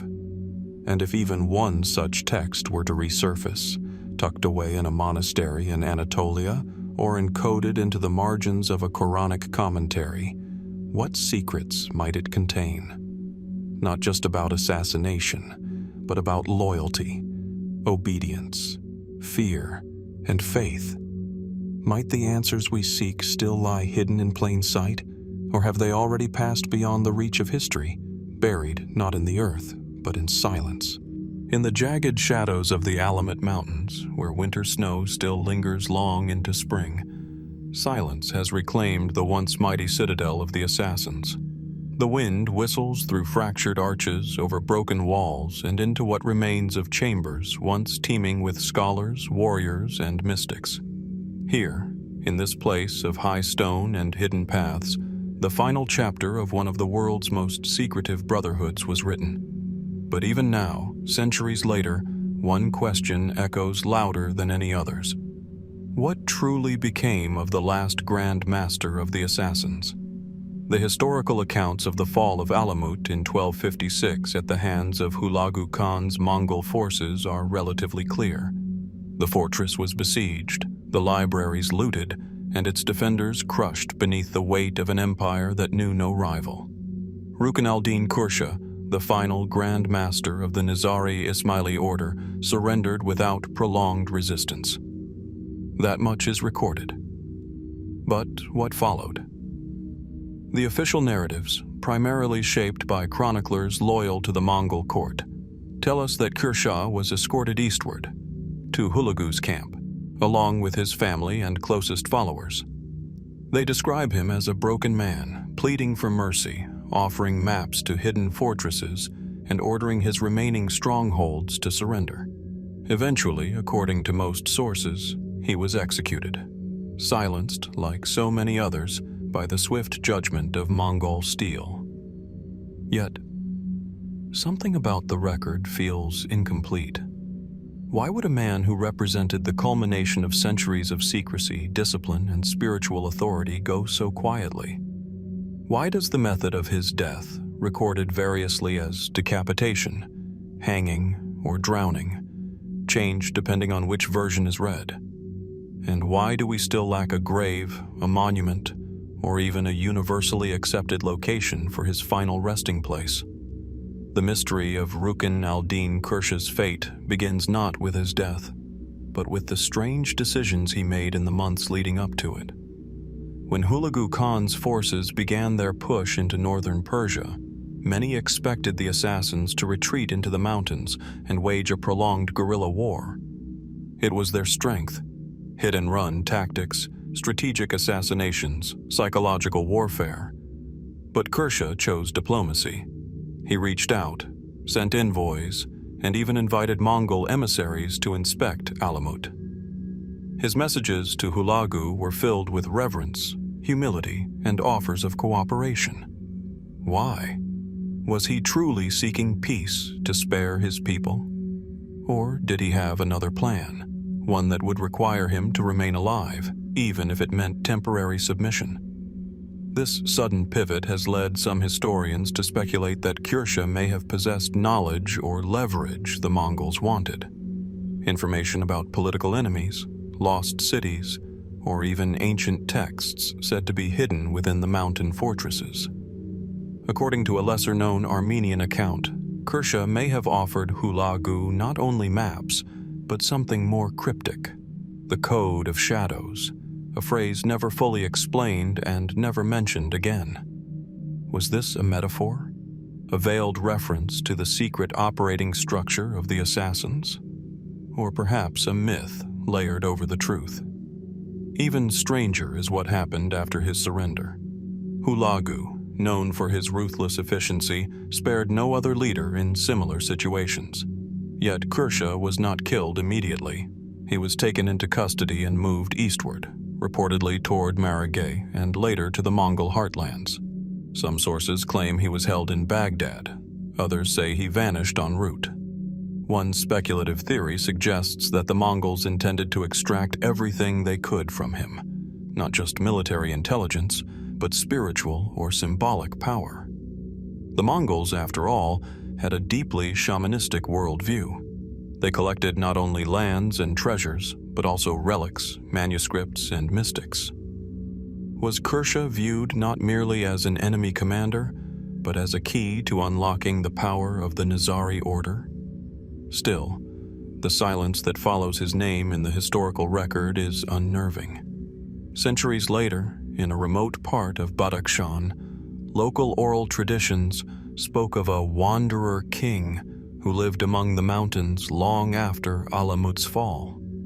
Described as a scholar with piercing eyes and a quiet manner, he was said to have offered wisdom to villagers, never revealing his name, but always watched by armed protectors who never left his side. Some believe this was Kürşa in exile, having struck a deal with the Mongols to disappear rather than die.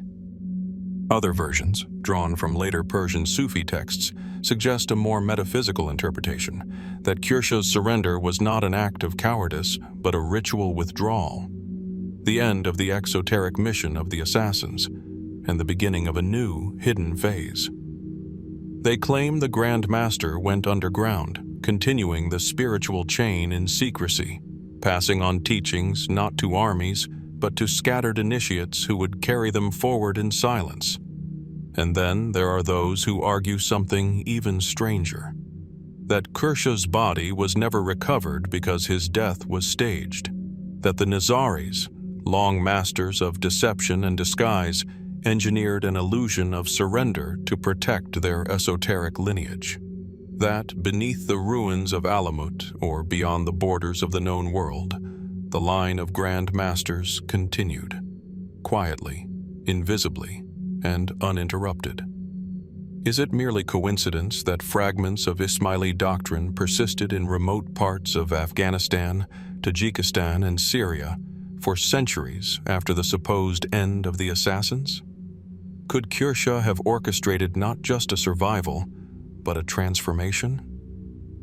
Today, visitors who make the difficult journey to Alamut speak of a peculiar stillness in the air, as if the stones themselves remember. The path winds through sheer cliffs and steep ridges, offering no hint of the lives once lived here.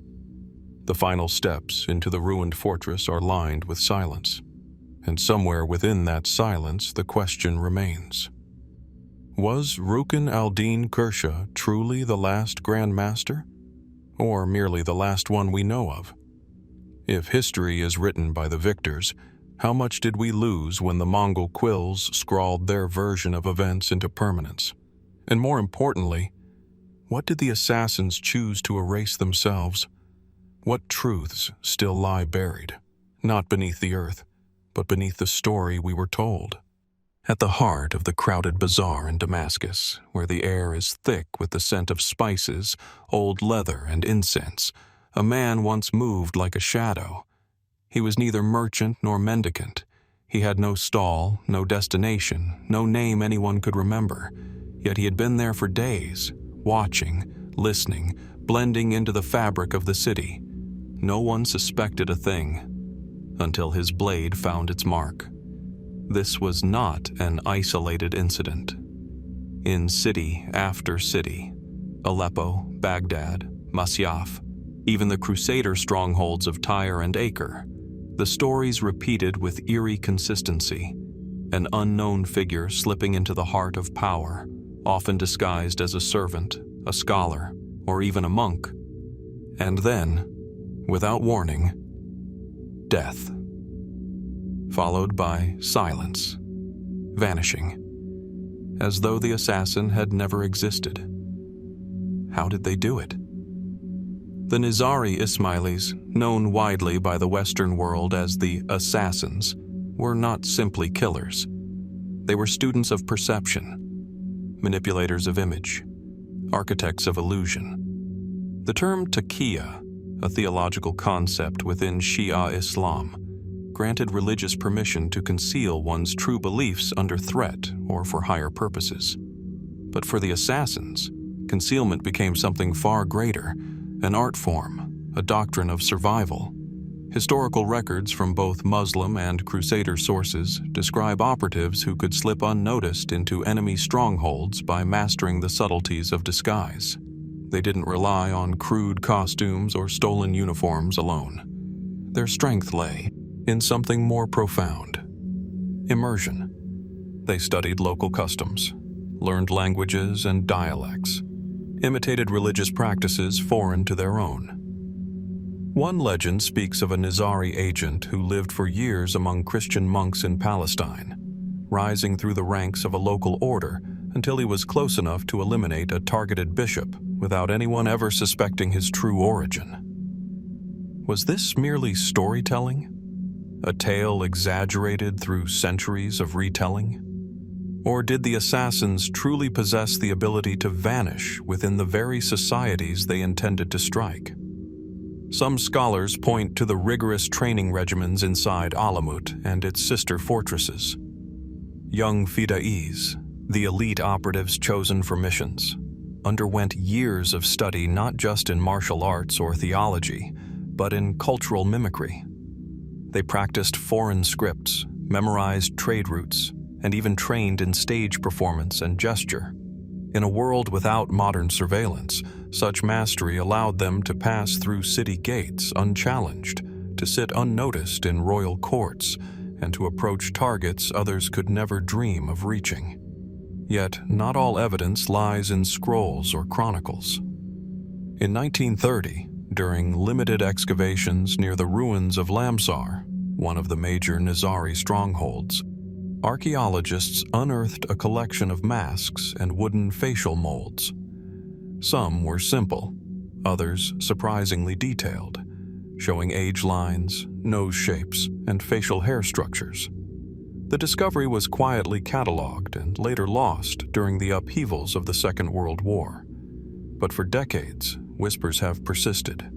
Were these primitive tools part of an early system of facial disguise? No definitive link has been proven, and yet the possibility lingers.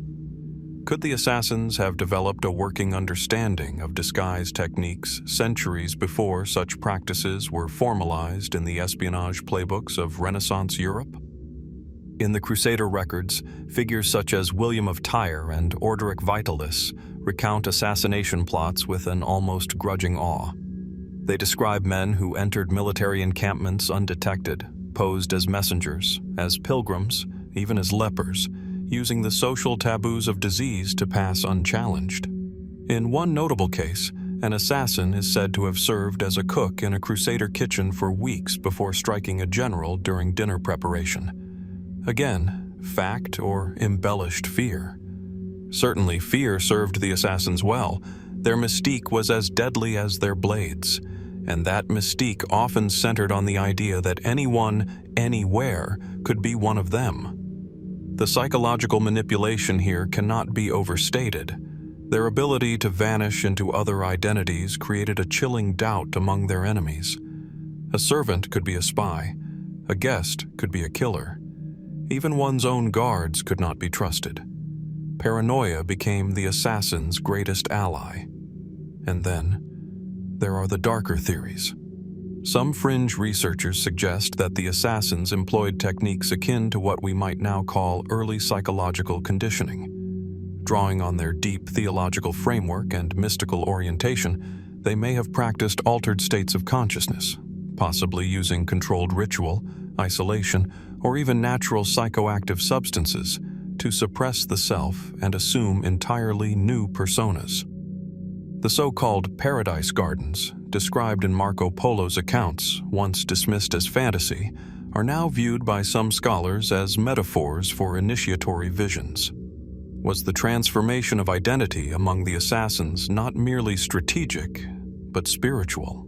One controversial theory even proposes that a select few could feign identities so convincingly that they forgot their original selves altogether. That by the time they reached their targets, they were the persona they had created, not deceivers, but true chameleons of the mind. Such claims remain unprovable, of course, but they remind us how thin the line between performance and belief can be.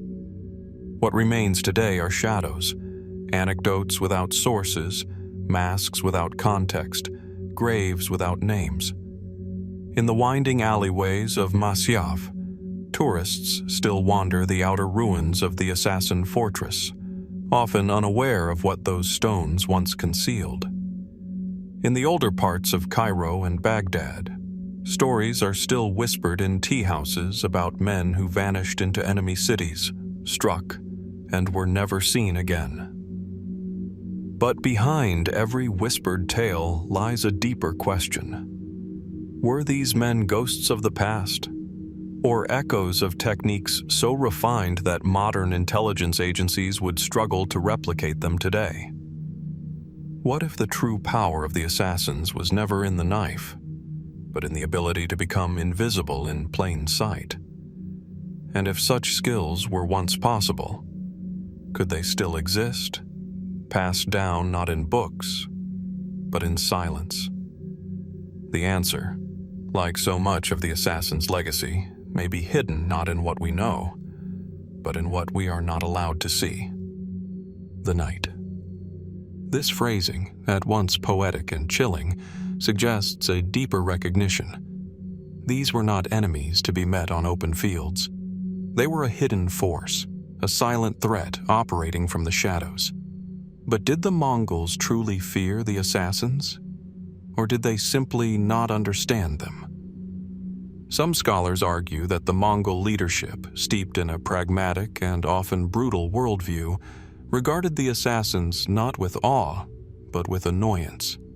A decentralized, ideologically driven group, hiding in mountain redoubts and capable of precision assassinations, posed a unique logistical problem. The Mongols had siege engines, but the assassins had time. The Mongols had armies, but the assassins had patience. Historical records confirm that Hulagu Khan, the brother of the great Khan Möngke, was specifically tasked with subduing the Nizaris. In 1256, after a calculated campaign, the fortress of Alamut fell. The Mongols razed it to the ground, executing many of its inhabitants, and claimed to have ended the assassin threat. And yet, something lingers. Even after their supposed eradication, whispers of assassin activity continued in Mongol territories. Sporadic killings, vanishing informants, unexplained deaths of regional governors. Could it be that not all the assassins had been destroyed? Did some escape the carnage, retreating deeper into secrecy? Giovanni's own account, while presenting the Mongol victory as total, is curiously lacking in detail about how exactly the assassins were rooted out. His descriptions of secret passages, coded communications, and hidden rooms within the fortresses raise questions. Did the Mongols fully understand the structure of the Nizari network? Or had they only severed the visible branches of something far deeper? One of the most intriguing elements in Mongol writings is the persistent mention of false surrender. Reports suggest that some assassin leaders feigned allegiance to the Mongols in order to infiltrate their ranks, only to vanish later without a trace. Was this tactical deception? Or did the assassins possess operatives so deeply embedded in enemy structures that even the Mongols, known for their intelligence networks, could not detect them? More speculative theories point to a chilling possibility that the assassins may have, at some level, influenced or manipulated Mongol decision-making during this volatile period. Consider this. The Mongols, known for their brutal efficiency, took unusual care when dealing with assassin sites. While most conquered cities were obliterated in a matter of hours, Alamut was reportedly preserved for days, searched room by room. The Mongols were looking for something, but what?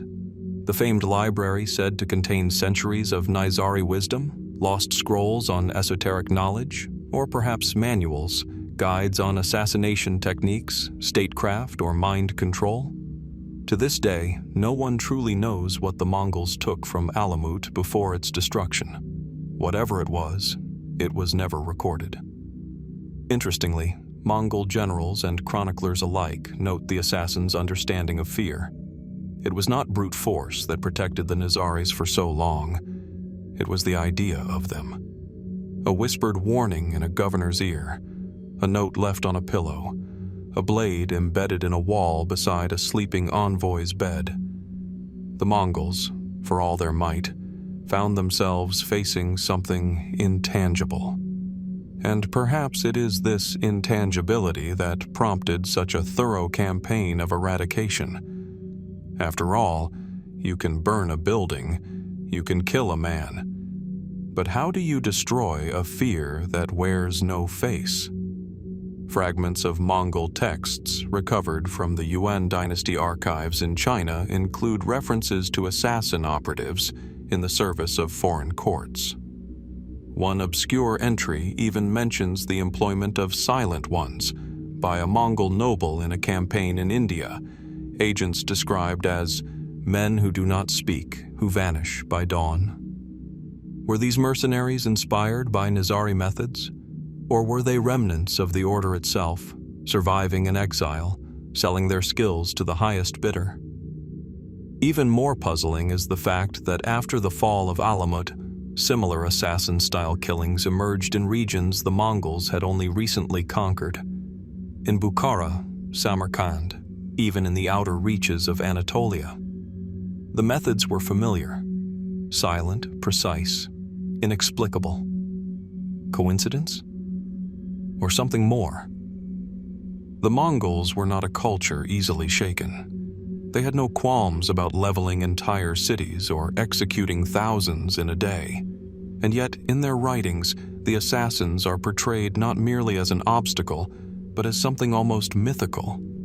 Were the Mongols truly victorious over the assassins? Or did they simply destroy the visible structure while the roots slipped deeper into the soil of history? We may never know. The assassins left no centralized archives. Their teachings were oral, their identities fluid, and the Mongols, for all their chronicles and conquests, never truly seemed to grasp what they were dealing with. Perhaps the last victory of the assassins was not survival, but disappearance. And so we are left with a question that lingers like the mist over Alamut's shattered stones. If the Mongols could not fully comprehend or erase the assassins, then who or what really did? The wind drifts gently across the terraces of Alamut, brushing over the broken stone like a whisper from another age. Beneath the pale light of dawn, the remnants of the once mighty fortress seem almost sacred, an open-air reliquary of secrets. The walls are cracked and worn, the foundation barely discernible beneath centuries of dust and silence. But somewhere beneath the rubble, beneath the forgotten tunnels and hollow chambers, lay the real heart of the Nizari Ismaili order. Not swords, not poison, but something more elusive, something immaterial. Ideas. At the center of this enigma lies a persistent and fascinating question. Was the order of assassins, feared across continents, truly driven by religious devotion and esoteric enlightenment, or by a carefully engineered structure of political control? The Nizari Ismailis, a branch of Shia Islam, emerged during a time of political upheaval in the Islamic world. Fragmented caliphates and rival sects provided fertile ground for competing ideologies to flourish. But unlike other groups, the Nizaris built their power not on open warfare or religious conversion alone, but through infiltration, secrecy, and an elaborate system of hierarchical initiation. It is said that those who entered the order passed through 7 degrees of enlightenment. Each degree introduced the initiate to a deeper level of spiritual understanding, culminating in the realization of the Imam's divine knowledge. This wasn't merely religious dogma. It was philosophy woven into ritual, mysticism clad in metaphor. But the deeper one goes into these levels, the more the lines blur. Was this elaborate spiritual architecture designed to guide souls toward truth? Or was it constructed to bind loyalty to the center? Contemporary accounts by travelers and enemies alike often reveal a duality at the core of the order. To outsiders, they were assassins, heretics, shadowy fanatics. But to their own initiates, especially those admitted into the inner circles, they were seekers of hidden knowledge. Esoteric cosmology, Neoplatonic thought, even Hellenistic philosophical traces, all appeared to be part of the order's teaching. Marco Polo, though not a reliable historian, famously described a secret garden within Alamut, lush, intoxicating, and filled with promises of paradise. According to him, initiates would be drugged and awakened in this garden, led to believe they had tasted heaven itself. Upon awakening back in the fortress, they were told that only obedience to the Imam could return them to such bliss. The story is apocryphal, and yet it endures. Why? Was it merely European imagination exoticizing the East? Or did it reflect an actual strategy, an engineered vision of paradise used as a tool for devotion? If so, where does faith end and manipulation begin? There is compelling evidence that the Nizaris were indeed scholars of high order. They maintained libraries, translated ancient Greek texts, and debated theology with scholars far beyond their political reach. Yet these intellectual pursuits occurred side by side with a tightly controlled social structure. The supreme leader, the Imam, often referred to as the Old Man of the Mountain by Crusaders and European chroniclers, held absolute authority. His word, quite literally, was law. Devotion to the Imam was total. He was not simply a political figure. He was believed to be the bearer of divine wisdom, a guide not only for the community but for the individual soul. Questioning him was not merely insubordination, it was spiritual treason. Is this the sign of a truly enlightened order, or the markings of psychological conditioning? Some researchers suggest that the assassin hierarchy was a forerunner of modern secret societies. The use of progressive initiation, concealed knowledge, and a tightly guarded leadership model may have inspired, or coincided with, later organizations such as the Freemasons or the Rosicrucians. Others dismiss such comparisons as fanciful at best, conspiratorial at worst. Still, the uncanny similarity in structure remains. Perhaps the most unsettling detail lies in the sheer obedience of the assassin Fida'is, the elite devotees who carried out the order's most dangerous missions. They were known for their willingness to die on command, their acts performed not for money or fame, but for the cause. How does one produce such loyalty? Was it born of sincere belief in a cosmic truth revealed through esoteric doctrine? Or was it a result of lifelong indoctrination, starting from youth, reinforced by ritual, secrecy, and the constant presence of surveillance? One could argue that spiritual enlightenment and authoritarian control are not mutually exclusive. The teachings of the order may have been genuinely mystical in origin, drawn from the Ismaili tradition's deep philosophical roots. And yet, the way these teachings were administered, compartmentalized and weaponized, suggests a darker motive, that enlightenment was granted selectively as a tool for obedience. Some scholars have speculated that the Imam's public persona differed vastly from his private one. To his followers, he was a beacon of truth. To his enemies, a cunning strategist. But to those who served him most closely, those within the deepest layers of the initiation, what did they see? Did they perceive a spiritual master, or a political operator disguised in spiritual robes? Documents uncovered in later centuries, including Ismaili writings preserved in libraries across Persia and Syria, hint at tensions within the doctrine itself. Some texts elevate the mystical journey as paramount. Others focus on the structure of obedience and duty to the Imam. These contradictions raise the possibility that the teachings themselves were layered intentionally, truth nested within truth, tailored to each level of understanding. The distinction between spiritual truth and political control grows ever murkier the closer we examine it. Like the mountain fortress of Alamut itself, what seemed clear and imposing from a distance becomes a labyrinth of tunnels, blind corners, and mirrored chambers upon closer inspection. Did the assassins use esoteric teachings to illuminate the path toward divine truth?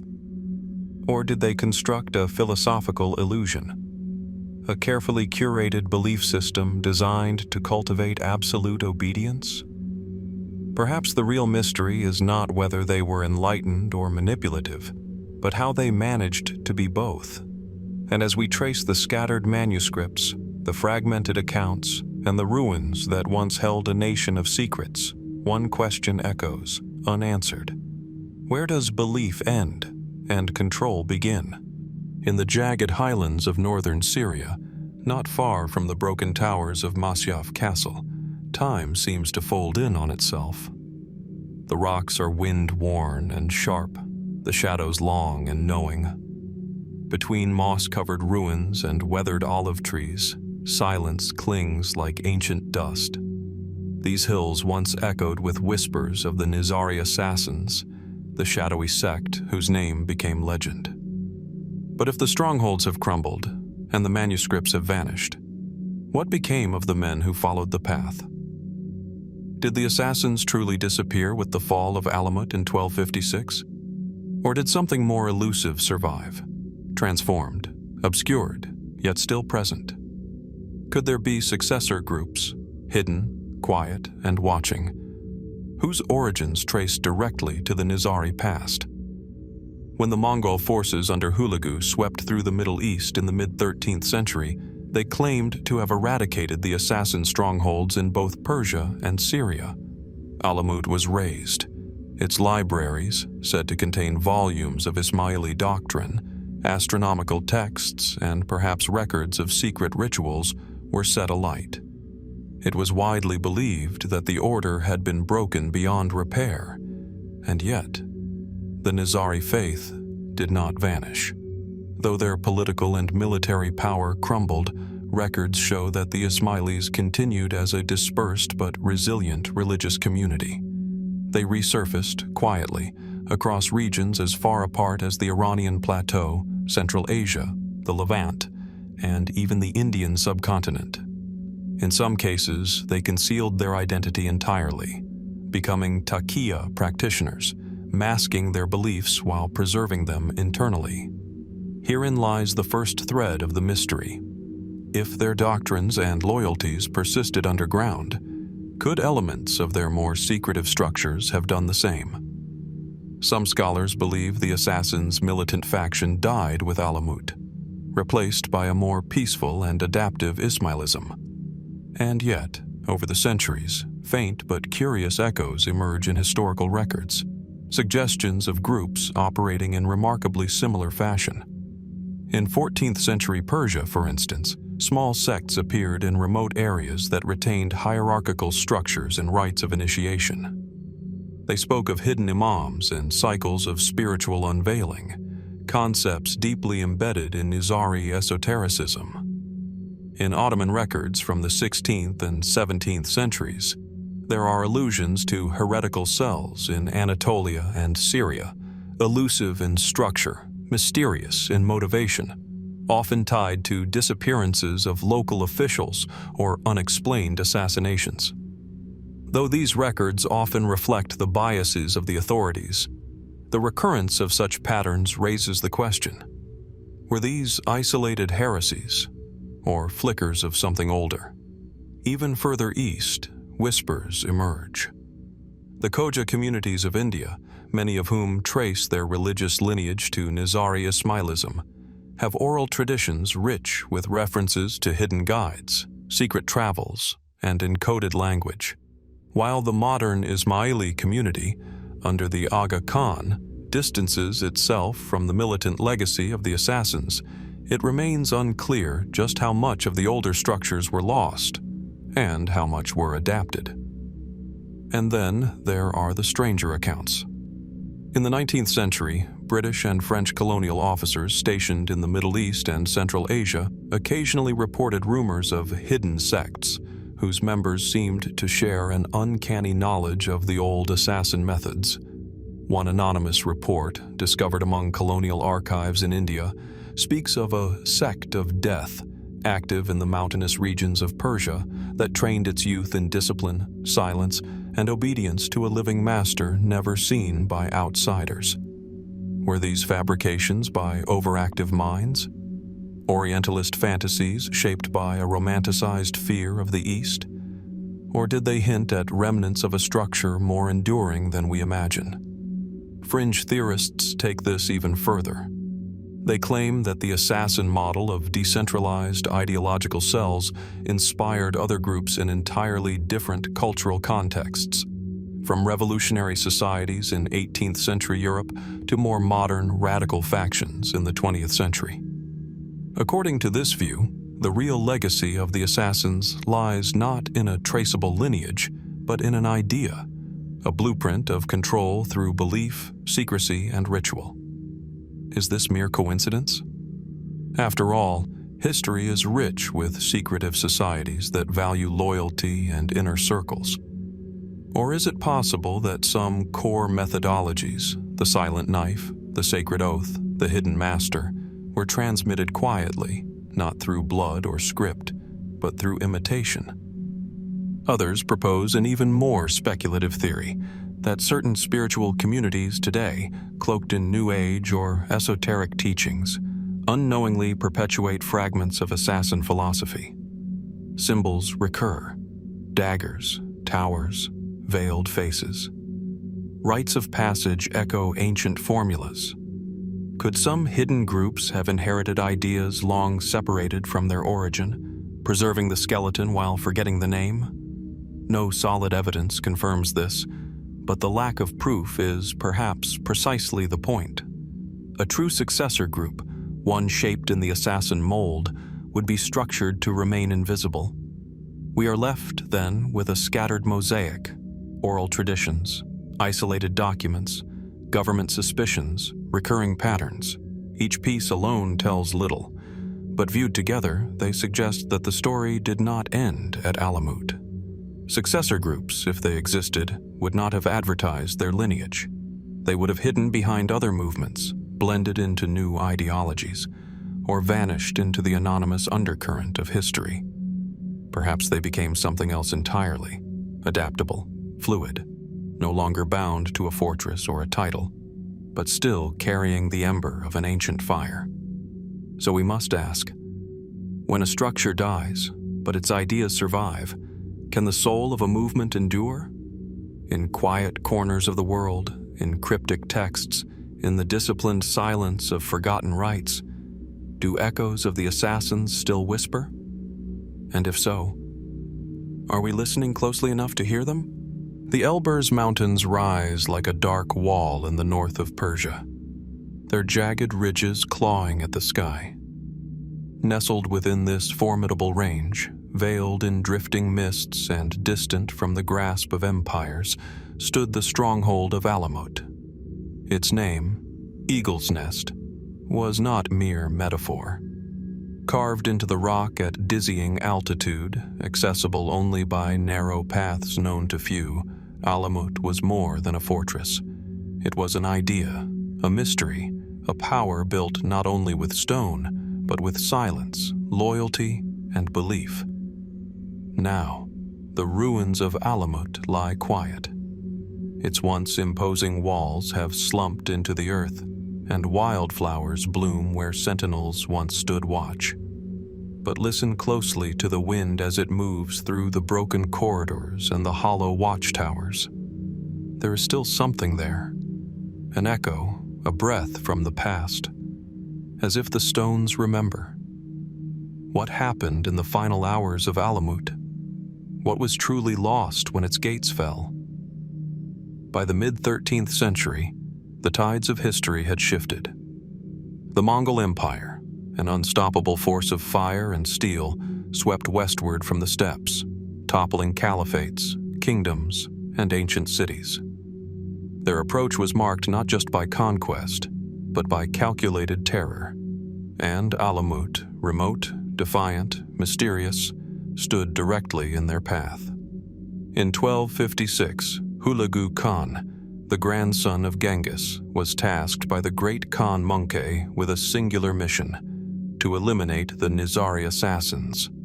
The campaign was systematic. Fortress after fortress fell. By the time Mongol forces turned toward Alamut, the most important of the strongholds, resistance had already weakened. The once mighty network of hidden citadels that had terrified sultans and caliphs alike was crumbling.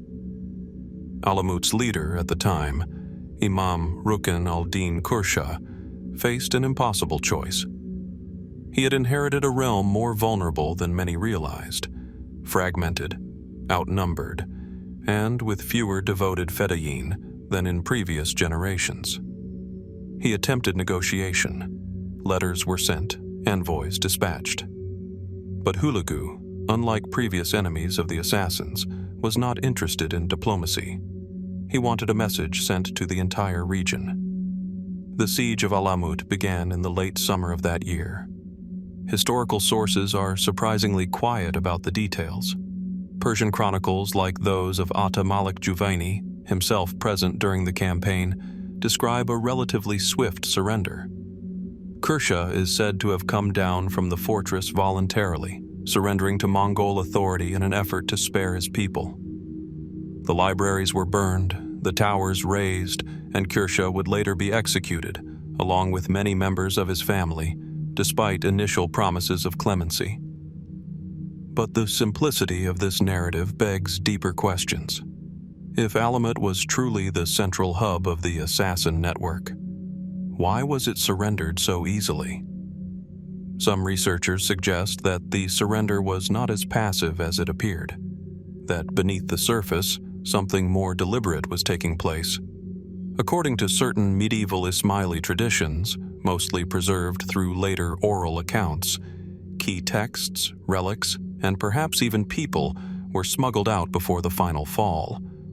A secret exodus, not of masses, but of knowledge. Could Alamut's final hours have involved not just submission, but preparation? Other accounts hint at strange behavior in the days leading to the siege. Some versions describe Kursha withdrawing into deep solitude, issuing unusual orders, even participating in esoteric rites, though these may be embellishments of later legend. And yet, they suggest a mood of ritual and finality, not mere resignation. Then there are the lingering questions surrounding the famed library of Alamut. Contemporary sources speak of its destruction in dramatic terms. Juvaini himself claimed to have burned volumes of heretical writings, but historians note that his account is colored by deep bias. Juvaini, loyal to the Mongols, had every incentive to depict the assassins as dangerous zealots whose ideas had to be cleansed. What exactly was in the Alamut library? Theories range widely. Some believe it housed rare philosophical texts, translations of Greek and Persian thought, astronomical records, and even secret treatises on psychological manipulation and spiritual training. Others go further, suggesting it held proto-scientific knowledge, alchemy, medicine, or early theories of optics and perception. If even fragments of this survived, where are they now? There is one more mystery. The Mongols were known for their brutality, especially toward enemies who defied them. And yet, the physical damage to Alamut, while significant, was not total. Foundations remained intact. Some structures, it is said, were simply abandoned rather than destroyed. Why? Some fringe theorists propose a chilling possibility that the Mongols, despite their military strength, may have feared what they did not understand, that even in their conquest, they sensed something in Alamut worth avoiding or preserving.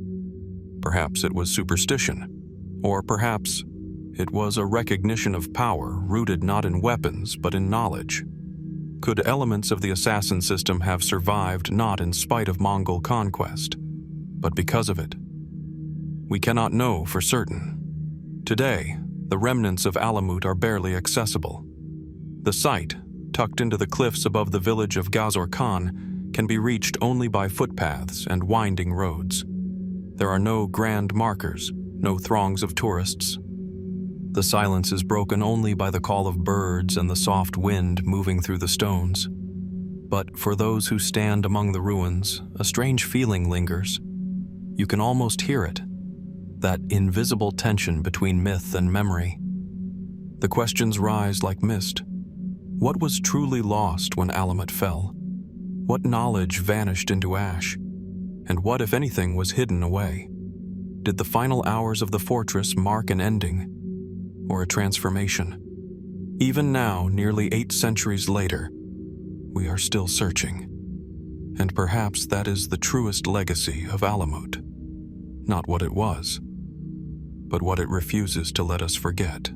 The sun rises slowly over the mountain village of Masyaf, casting long golden beams across terraced hills and winding stone paths. At the highest point, an ancient fortress clings to the rock like a scar from another age. Its outer walls are jagged with time. Stones once carried by hand and sealed with fire now crumble into silence. But here, atop this citadel, history lives in whispers. Masyaf was not just a stronghold, it was a beacon. From this very place, the Nizari Ismailis, known later in legend as the Assassins, issued their challenge to the Islamic world. But their story was never just about daggers in the dark. It was, at its core, a deeply theological struggle. A war not only of steel and shadows, but of visions. Visions of who should lead the faithful, of how authority should be interpreted, and of where ultimate truth resided. What happens when faith splits, and who benefits from the fractures? To understand the Assassins' role in the Schism of Islam, we must return to a much earlier moment, 656 AD. The assassination of the third caliph, Uthman, ignited a storm of unrest, leading to civil war. From these violent beginnings arose the two primary branches of Islam, Sunni and Shia. The divide, while centered on who had the rightful claim to lead the Ummah, quickly evolved into a conflict of doctrines, hierarchies, and identities. Shia Muslims held that leadership belonged to the family of the Prophet Muhammad, through his cousin and son-in-law Ali and his descendants. The Sunnis, meanwhile, emphasized a broader consensus and rejected hereditary succession. Centuries passed. Dynasties rose and fell, and yet the wound never healed. By the 11th century, the fracture had deepened. A new current emerged within Shi'ism, the Ismailis. They believed in a hidden line of imams, bearers of divine knowledge, waiting for their time to re-emerge and lead the world into justice. It was a bold claim, and a dangerous one. Mainstream powers, both Sunni and Shia, saw the Ismailis as heretical. Their beliefs were too radical, their secretive methods too threatening. Their vision of a hidden imam challenged not only the spiritual order, but the political order as well. This is where the Nizari assassins appear. Led by Hassan-i Sabbah, a man as enigmatic as the mountain fortresses he built, the Nizaris broke away from the larger Fatimid Ismaili order in Cairo. They followed Nizar, the eldest son of the Fatimid Caliph Imam al-Mustansir, who was passed over for succession in favor of his younger brother. To the Nizaris, this was betrayal. To them, Nizar was the rightful imam, exiled, imprisoned, and eventually martyred. Thus, the Nizari Ismailis found themselves in theological rebellion against both Sunni orthodoxy and their own Shia brethren. What followed was a campaign of survival and influence. From Alamut, Masyaf, and other mountaintop fortresses, they struck with precision. Not armies, not invasions, but symbolic assassinations. Seljuk viziers, Sunni scholars, and rival Shia figures alike, each killed not for chaos but for message. Was this violence? Theological? Or political? Mainstream histories often frame the assassins as terrorists or fanatics. But this view risks oversimplifying a much deeper struggle.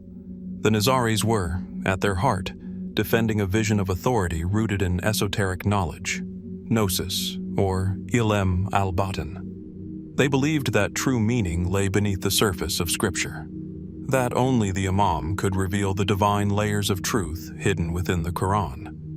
In contrast, both the Sunni and Twelver Shia establishments promoted systems grounded in law, precedent, and scholastic consensus.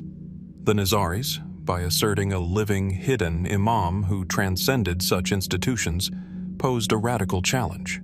So when their assassins emerged from the crowd, blending into bazaars, climbing into mosques, or infiltrating court chambers, they weren't merely delivering death. They were delivering a message that no ruler, no scholar, no sultan was beyond question. But here the mystery deepens.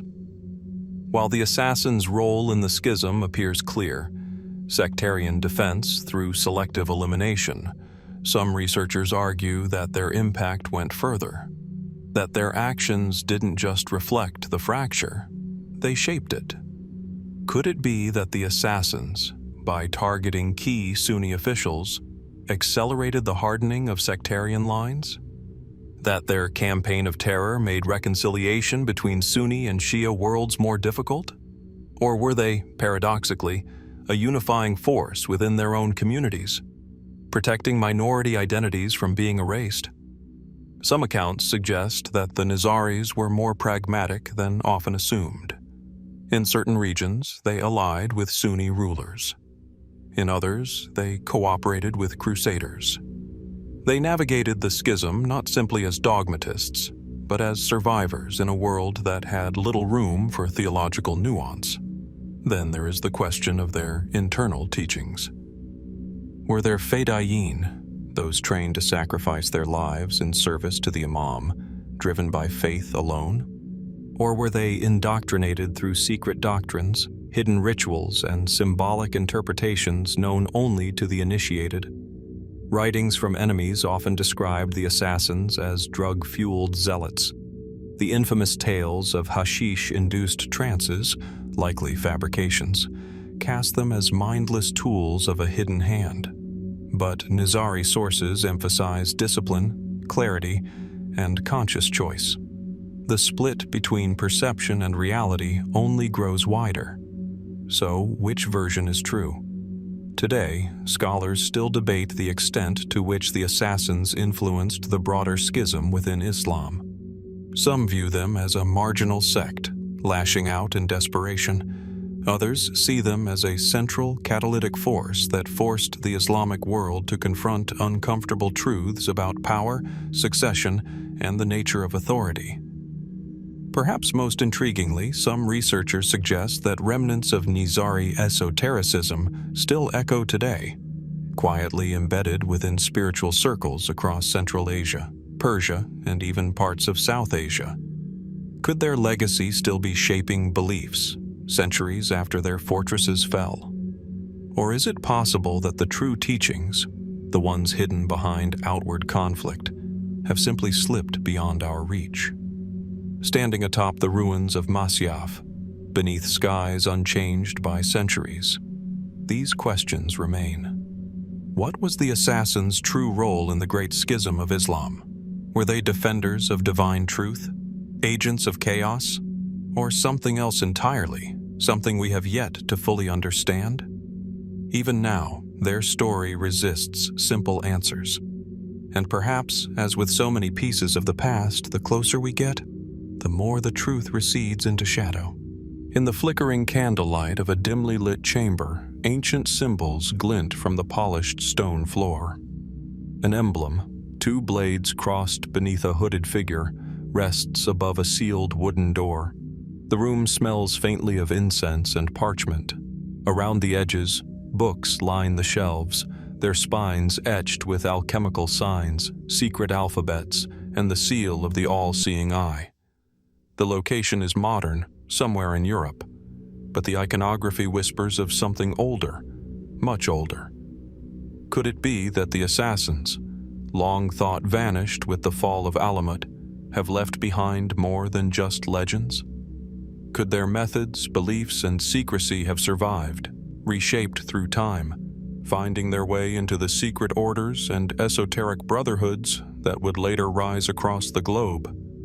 The fall of the assassins' strongholds in the 13th century may have ended their territorial presence, but their ideological echoes are harder to trace. After the Mongols razed Alamut in 1256, the Nizari network fragmented, retreating into obscurity. Yet, curious patterns began to emerge elsewhere, not immediately and not with clarity, but like threads woven silently into the fabric of hidden societies. Consider the structure of later European secret societies. Groups like the Freemasons, the Rosicrucians, and the Bavarian Illuminati, all cloaked in layered rituals, obscure symbolism, and oaths of silence. While no direct line can be firmly drawn between the Nizari assassins and these Western organizations, striking parallels provoke contemplation. Did the concept of a hidden elite, guided by secret wisdom and sworn to absolute loyalty, begin with the assassins? Or were they simply one expression of a broader, recurring archetype? The idea that truth must be protected, veiled, and entrusted only to the initiated. Some historians point to the Crusades as a possible conduit. During the long and bloody confrontations in the Levant, European knights came into contact not only with Muslim military forces, but also with their philosophies and systems of organization. The assassins, known in Arabic as the Hashshashin, were both feared and strangely admired by their Crusader foes. Chroniclers like William of Tyre described them with a mix of horror and fascination, marveling at their discipline, their use of covert action over open warfare, and their absolute submission to their leader, the so-called Old Man of the Mountain. But did these tales go home with the Crusaders? One theory suggests that members of the Knights Templar, a powerful Christian military order stationed in the Holy Land, may have borrowed from the assassins, not just militarily, but ideologically. Both groups were hierarchical. Both operated through autonomous cells. Both were known for mystic initiation rites and for blending religious fervor with strategic action. Was it mere coincidence? Or did whispered alliances and prisoner exchanges allow for deeper exchanges of thought? Centuries later, during the Enlightenment and the rise of occult revivalism in Europe, fascination with the East surged. Travelers, scholars, and mystics returned from Persia, Egypt, and India with tales of Sufis, dervishes, and hidden brotherhoods.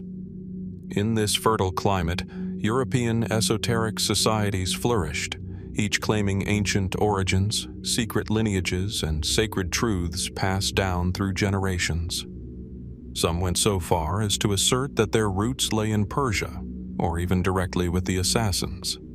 The 19th century French occultist Eliphas Lévy wrote extensively about the Hashshashin, portraying them as initiates of a mystical tradition older than Islam, preserving lost knowledge through symbol and ceremony. In Lévy's vision, the assassins weren't merely political operatives, they were custodians of a hidden gnosis, a term that echoes through the doctrines of later secret societies. But was Lévy reconstructing history, or inventing it? Other connections are more tenuous, yet still curious. In modern popular culture, the assassins have become synonymous with secret resistance, figures operating in the shadows, opposing corrupt empires through precise and symbolic violence. The enduring popularity of video games, novels, and films inspired by these ideas reflects a deep psychological fascination. But what happens when fiction mirrors forgotten history? Some fringe researchers suggest that the Assassin's Code, the concept of a sacred mission, carried out through personal sacrifice and unwavering loyalty, lives on in unexpected places, revolutionary cells, intelligence agencies, and even modern fraternal orders. In these circles, the concept of the assassin, a solitary, awakened individual who moves unseen through the corridors of power, has become a potent archetype. Could their legacy be more psychological than organizational? Is it possible that the idea of the assassins has influenced the very template of how secret societies are imagined? There are even those who suggest the assassins never truly vanished at all. In certain regions of Central and South Asia, small communities still preserve traditions tied to the Nizari Ismailis. Their spiritual leader, the Aga Khan, is regarded by followers as the living imam, continuing an unbroken chain that began with Ali, cousin of the Prophet Muhammad. These followers do not claim association with the militant legacy of the medieval assassins, yet the historical link remains.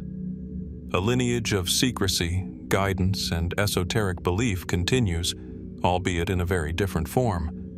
Could these peaceful, modern expressions be the final evolution of a once shadowy network? Or have more clandestine branches splintered off, unrecorded, unseen, still practicing rituals whose meanings have long been forgotten? Some conspiracy theorists go further still. They claim that global movements, whether political, religious, or financial, are shaped by hidden hands drawing from assassin principles. The argument is seductive, that beneath the surface of modern institutions, symbols and structures trace back to Alamut's walls. The use of coded language, cell-based organization, sacrificial loyalty, and absolute obedience to a hidden leader, all seen as fingerprints left by a vanished brotherhood.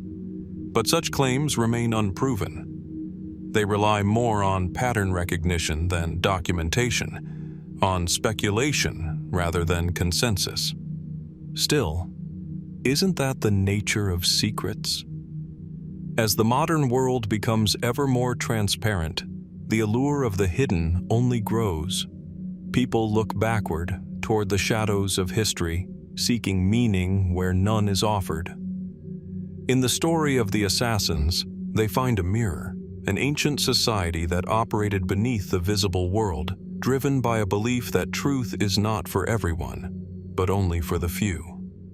Have modern secret societies inherited this legacy, or are we simply projecting old mysteries onto new forms?